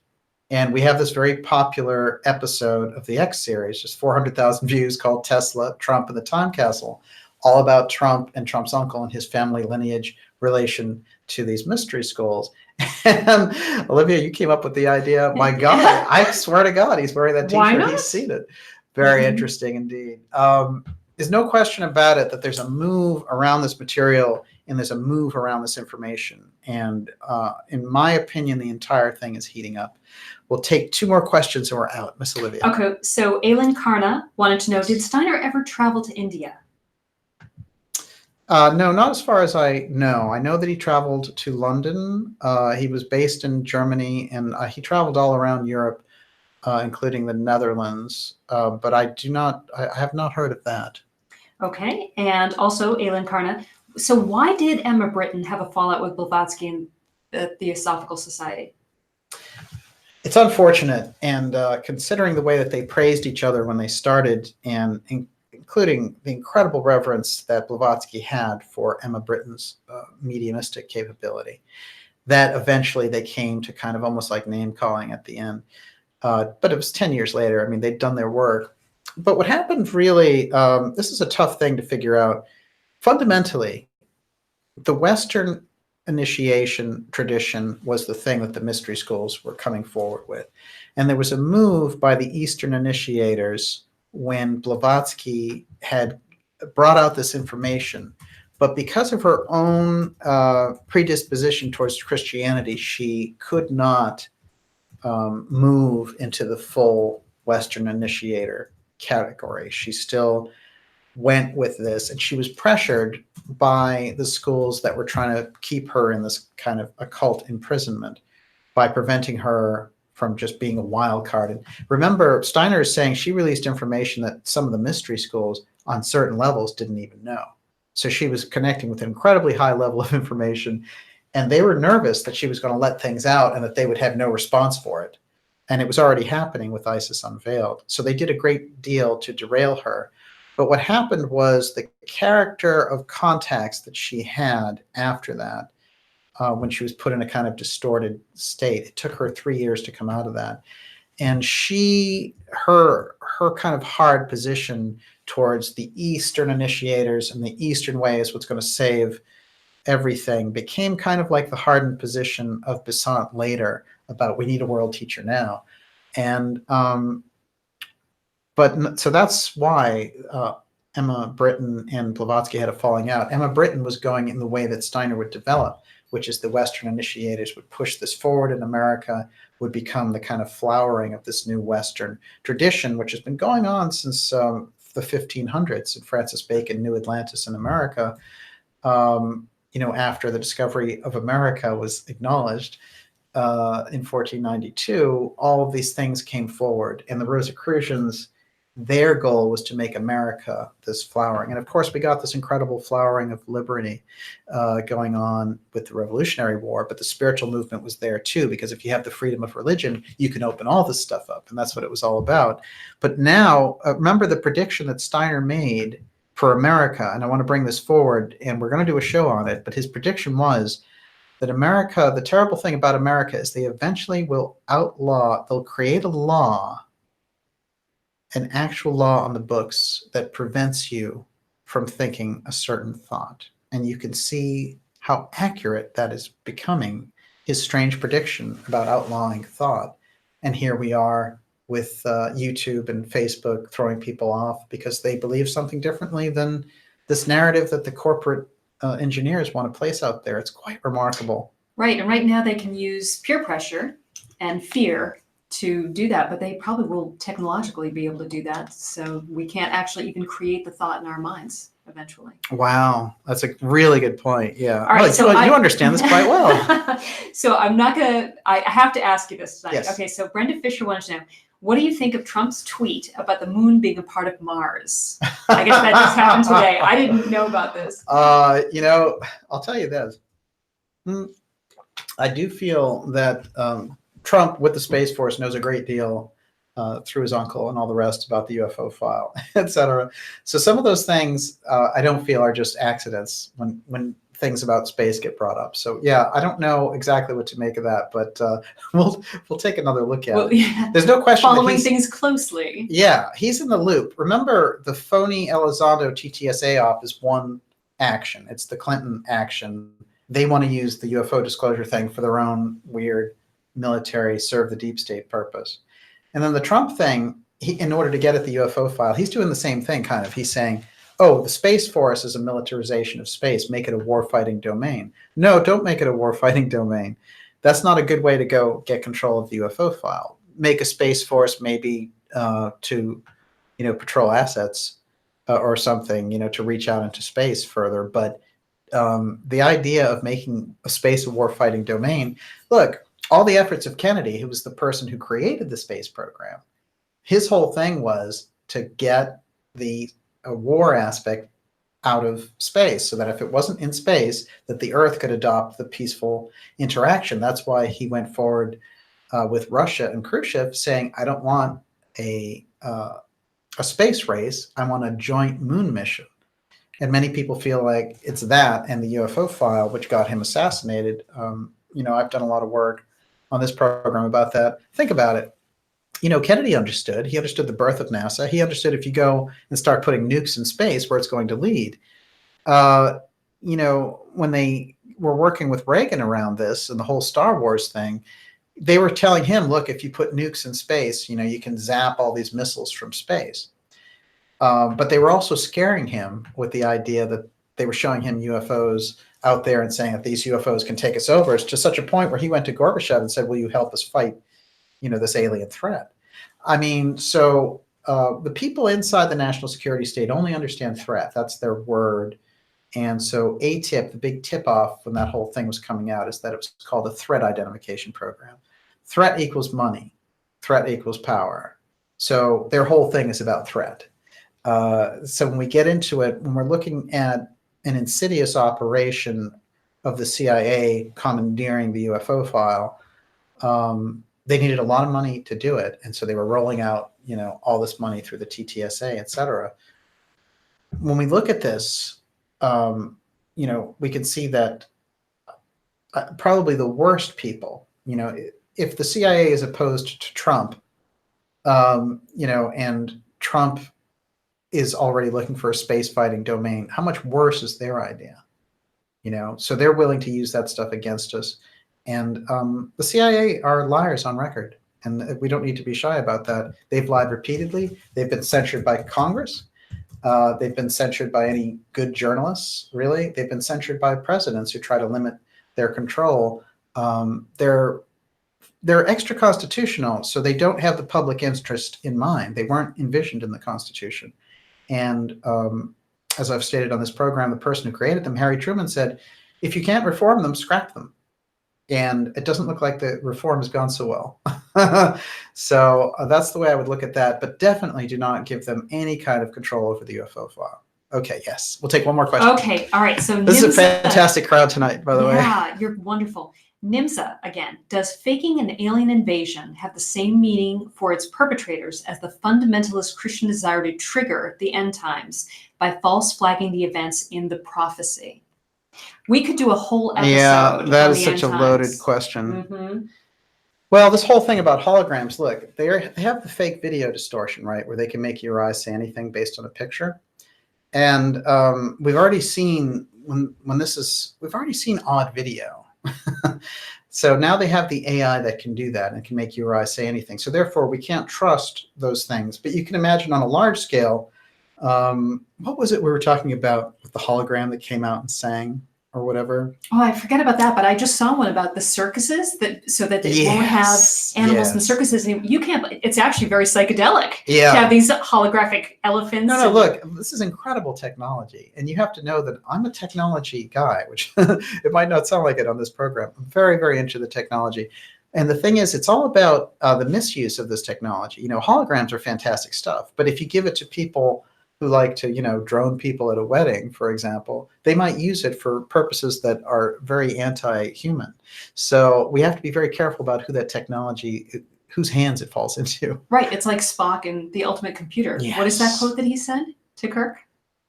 About you About- can't replace the captain. Well, yeah. Well, the Yeah. technology is a great servant, you know, but you would That's all never it want to is. be its master. It's a tool, and if you become the slave of the tool, then Mhm. how low have you sunk on that rung? And this happened in Atlantis. This is the tradition that gets passed down from Plato, from the mystery school traditions, Casey's work and Steiner's work, that their ability to do things physically and materially ran ahead of their spiritual wisdom, and that was the end of it. And as a matter of fact, it was the end of it to such a degree that they're so wiped out that there's only echoes of their existence, and it takes people like us to dig it out. I mean, that's really exterminating yourself. And all of these schools have warned that we're heading towards this again. And this is probably the reason that why the Atlantis research has been let out. Wow, what incredible questions. Mhm. And boy, are we on the beam with all this. We're in the middle of a firefight of the censorship taking out channels left and right. And so make sure you go to darkjournalist.com, sign up for the newsletter, make sure we have that pipeline with each other. Don't hesitate with it. Just get in there and do it. You know, any day now, we may not be here on YouTube. And that's the fact. You That's know, we just how don't they, know. yeah. And you will, how will you find out where we are? The social media platforms, you have to keep your pipeline into the good information. That's the fact of it. Get behind the show, subscribe. You're going to want to be a subscriber. There are going to be things available this summer in relation to the Hot Zone you could only get by being a subscriber. And we've made it incredibly affordable. I said the magic word, Hot Zone. Boy, do we have some episodes coming up on this very interesting area between Cuba here, and Bimini there, and Yucatan here. This is the area that we focused on. And we have incredible things coming forward in relation to this. I want to say something odd as a kind of an epilogue to this episode, which is that, strangely enough, the person who put together this autobiography and who put out Ghostland for Emma Britton, they write their little intro notes, and at the bottom of it, it says Havana, Cuba. So again, the Hot Zone and Cuba coming up in this mix over and over again, sometimes in almost random ways that make you just say, huh, that's interesting. We just put an incredible amount of pressure of sanctions on Cuba, actually, and the new policy is disastrous. And again, Trump was talked into it by John Bolton, who's a severe neocon, and Mike Pompeo, who's a disgrace of the Secretary of State. And both those guys just need to be removed. You know, Pompeo coming out of CIA, it's just bad. It's a bad scene. So get rid of those people and change our attitudes towards Cuba dramatically. And but what we're seeing playing out instead is this incredible geopolitical game around the Hot Zone and everyone who wants the Atlantis Rising ruins, which Casey had said would first appear where? Bimini. Mm-hmm. So Bimini is where we are looking at here on the Dark Journalist Show. It's been fantastic to be with everyone. I know we have Bo Krells. You made it back. You're back, baby. Gigi Young, fantastic. Groovy Bean, thank you so much. Groovy Bean doing incredible work with the Reality Check series, going deep on the incredible cult activity in independent media. It's just ridiculous. Yes. Did you know that Gigi's last video was demonetized? Oh, no. Yeah, she said due to its, quote, content, which was about opening the heart and psychic ability, they're out of control. Jay Mallet said control of human consciousness is the top goal of controllers. Wow. And it you know, I mean, this is it. It's unbelievable. I mean, it is digital book burning. Let's just get down to it. And, you know, how did we feel about that? Well, we're supposed to look back on it in horror, you know, but here it is. And so now, yeah, it's time to, the pushback is on. There's no question about it. Jay Mallet, it's great to see you. BB, excellent questions tonight. I know we saw Kate out there. Fantastic. Doing great work. Charlotte Knight. We have Modwiz. Cliff High was in the chat. Oh, fantastic, Cliff. It's always great to see Cliff out there. Modwiz, excellent questions. We are going to see you next week, next Friday, June 14th, going deep into the Hot Zone. And Roosevelt Media, great to see you. Excellent videos that you guys do. And also Unirock.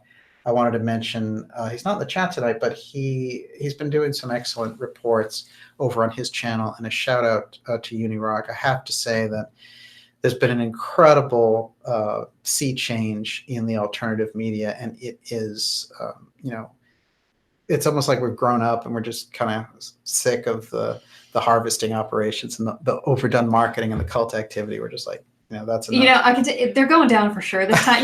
Because it's a bunch of vultures or It buzzards, is. swarming around. Whenever you see the meltdown on the cults, and you see the dancing galactic ambassadors, the end is nigh. But we had a lot of super chatters tonight, and I just want to give them a fantastic. shout out. Thank you so much. We really appreciate the support. So Roosevelt you've Media got News. them. You're ready. Spartan, Lisa No Name, Two State, Scabtree Scabby, Eric Ackerley, Robert Mathurin, and M. Leland and Jessa Lynn. Thank you so much for your support. Wow, fantastic. Well, it makes a big difference. It makes all the difference with the work that we're doing on these unstable platforms. So all of that is very appreciated. And thank you very much. We couldn't do the show without you. We will see you next week. And I guess the only thing left to ask, Miss Olivia, is what's for dinner? Well, it's going to be pizza, but it's going to be gluten-free because I have given up wheat for the umpteenth million time. I like this. And I want to give a shout out to Bocephus because he said on Twitter. Does Bocephus mean rice pizza? I don't know. But he said there were bread archons. And for some reason, that term just stuck with me and is helping me understand the damage that the wheat does. So thank you. Bread archons. Well, I like this. Ain't it the truth? That sounds like a good band name. Yeah, also. it does. Bread archons. Well, it sounds like a pretty good plan, actually. We will see everyone next week, and have a fantastic weekend. And thank you so much for joining us. Emma Britton this week. Next week, the Hot Zone. Okay. We're coming back. Thanks, everybody. Cuba. You were great tonight. Cuba. How's the rest of that go? Cuba. Get on my lover side. Now you're talking.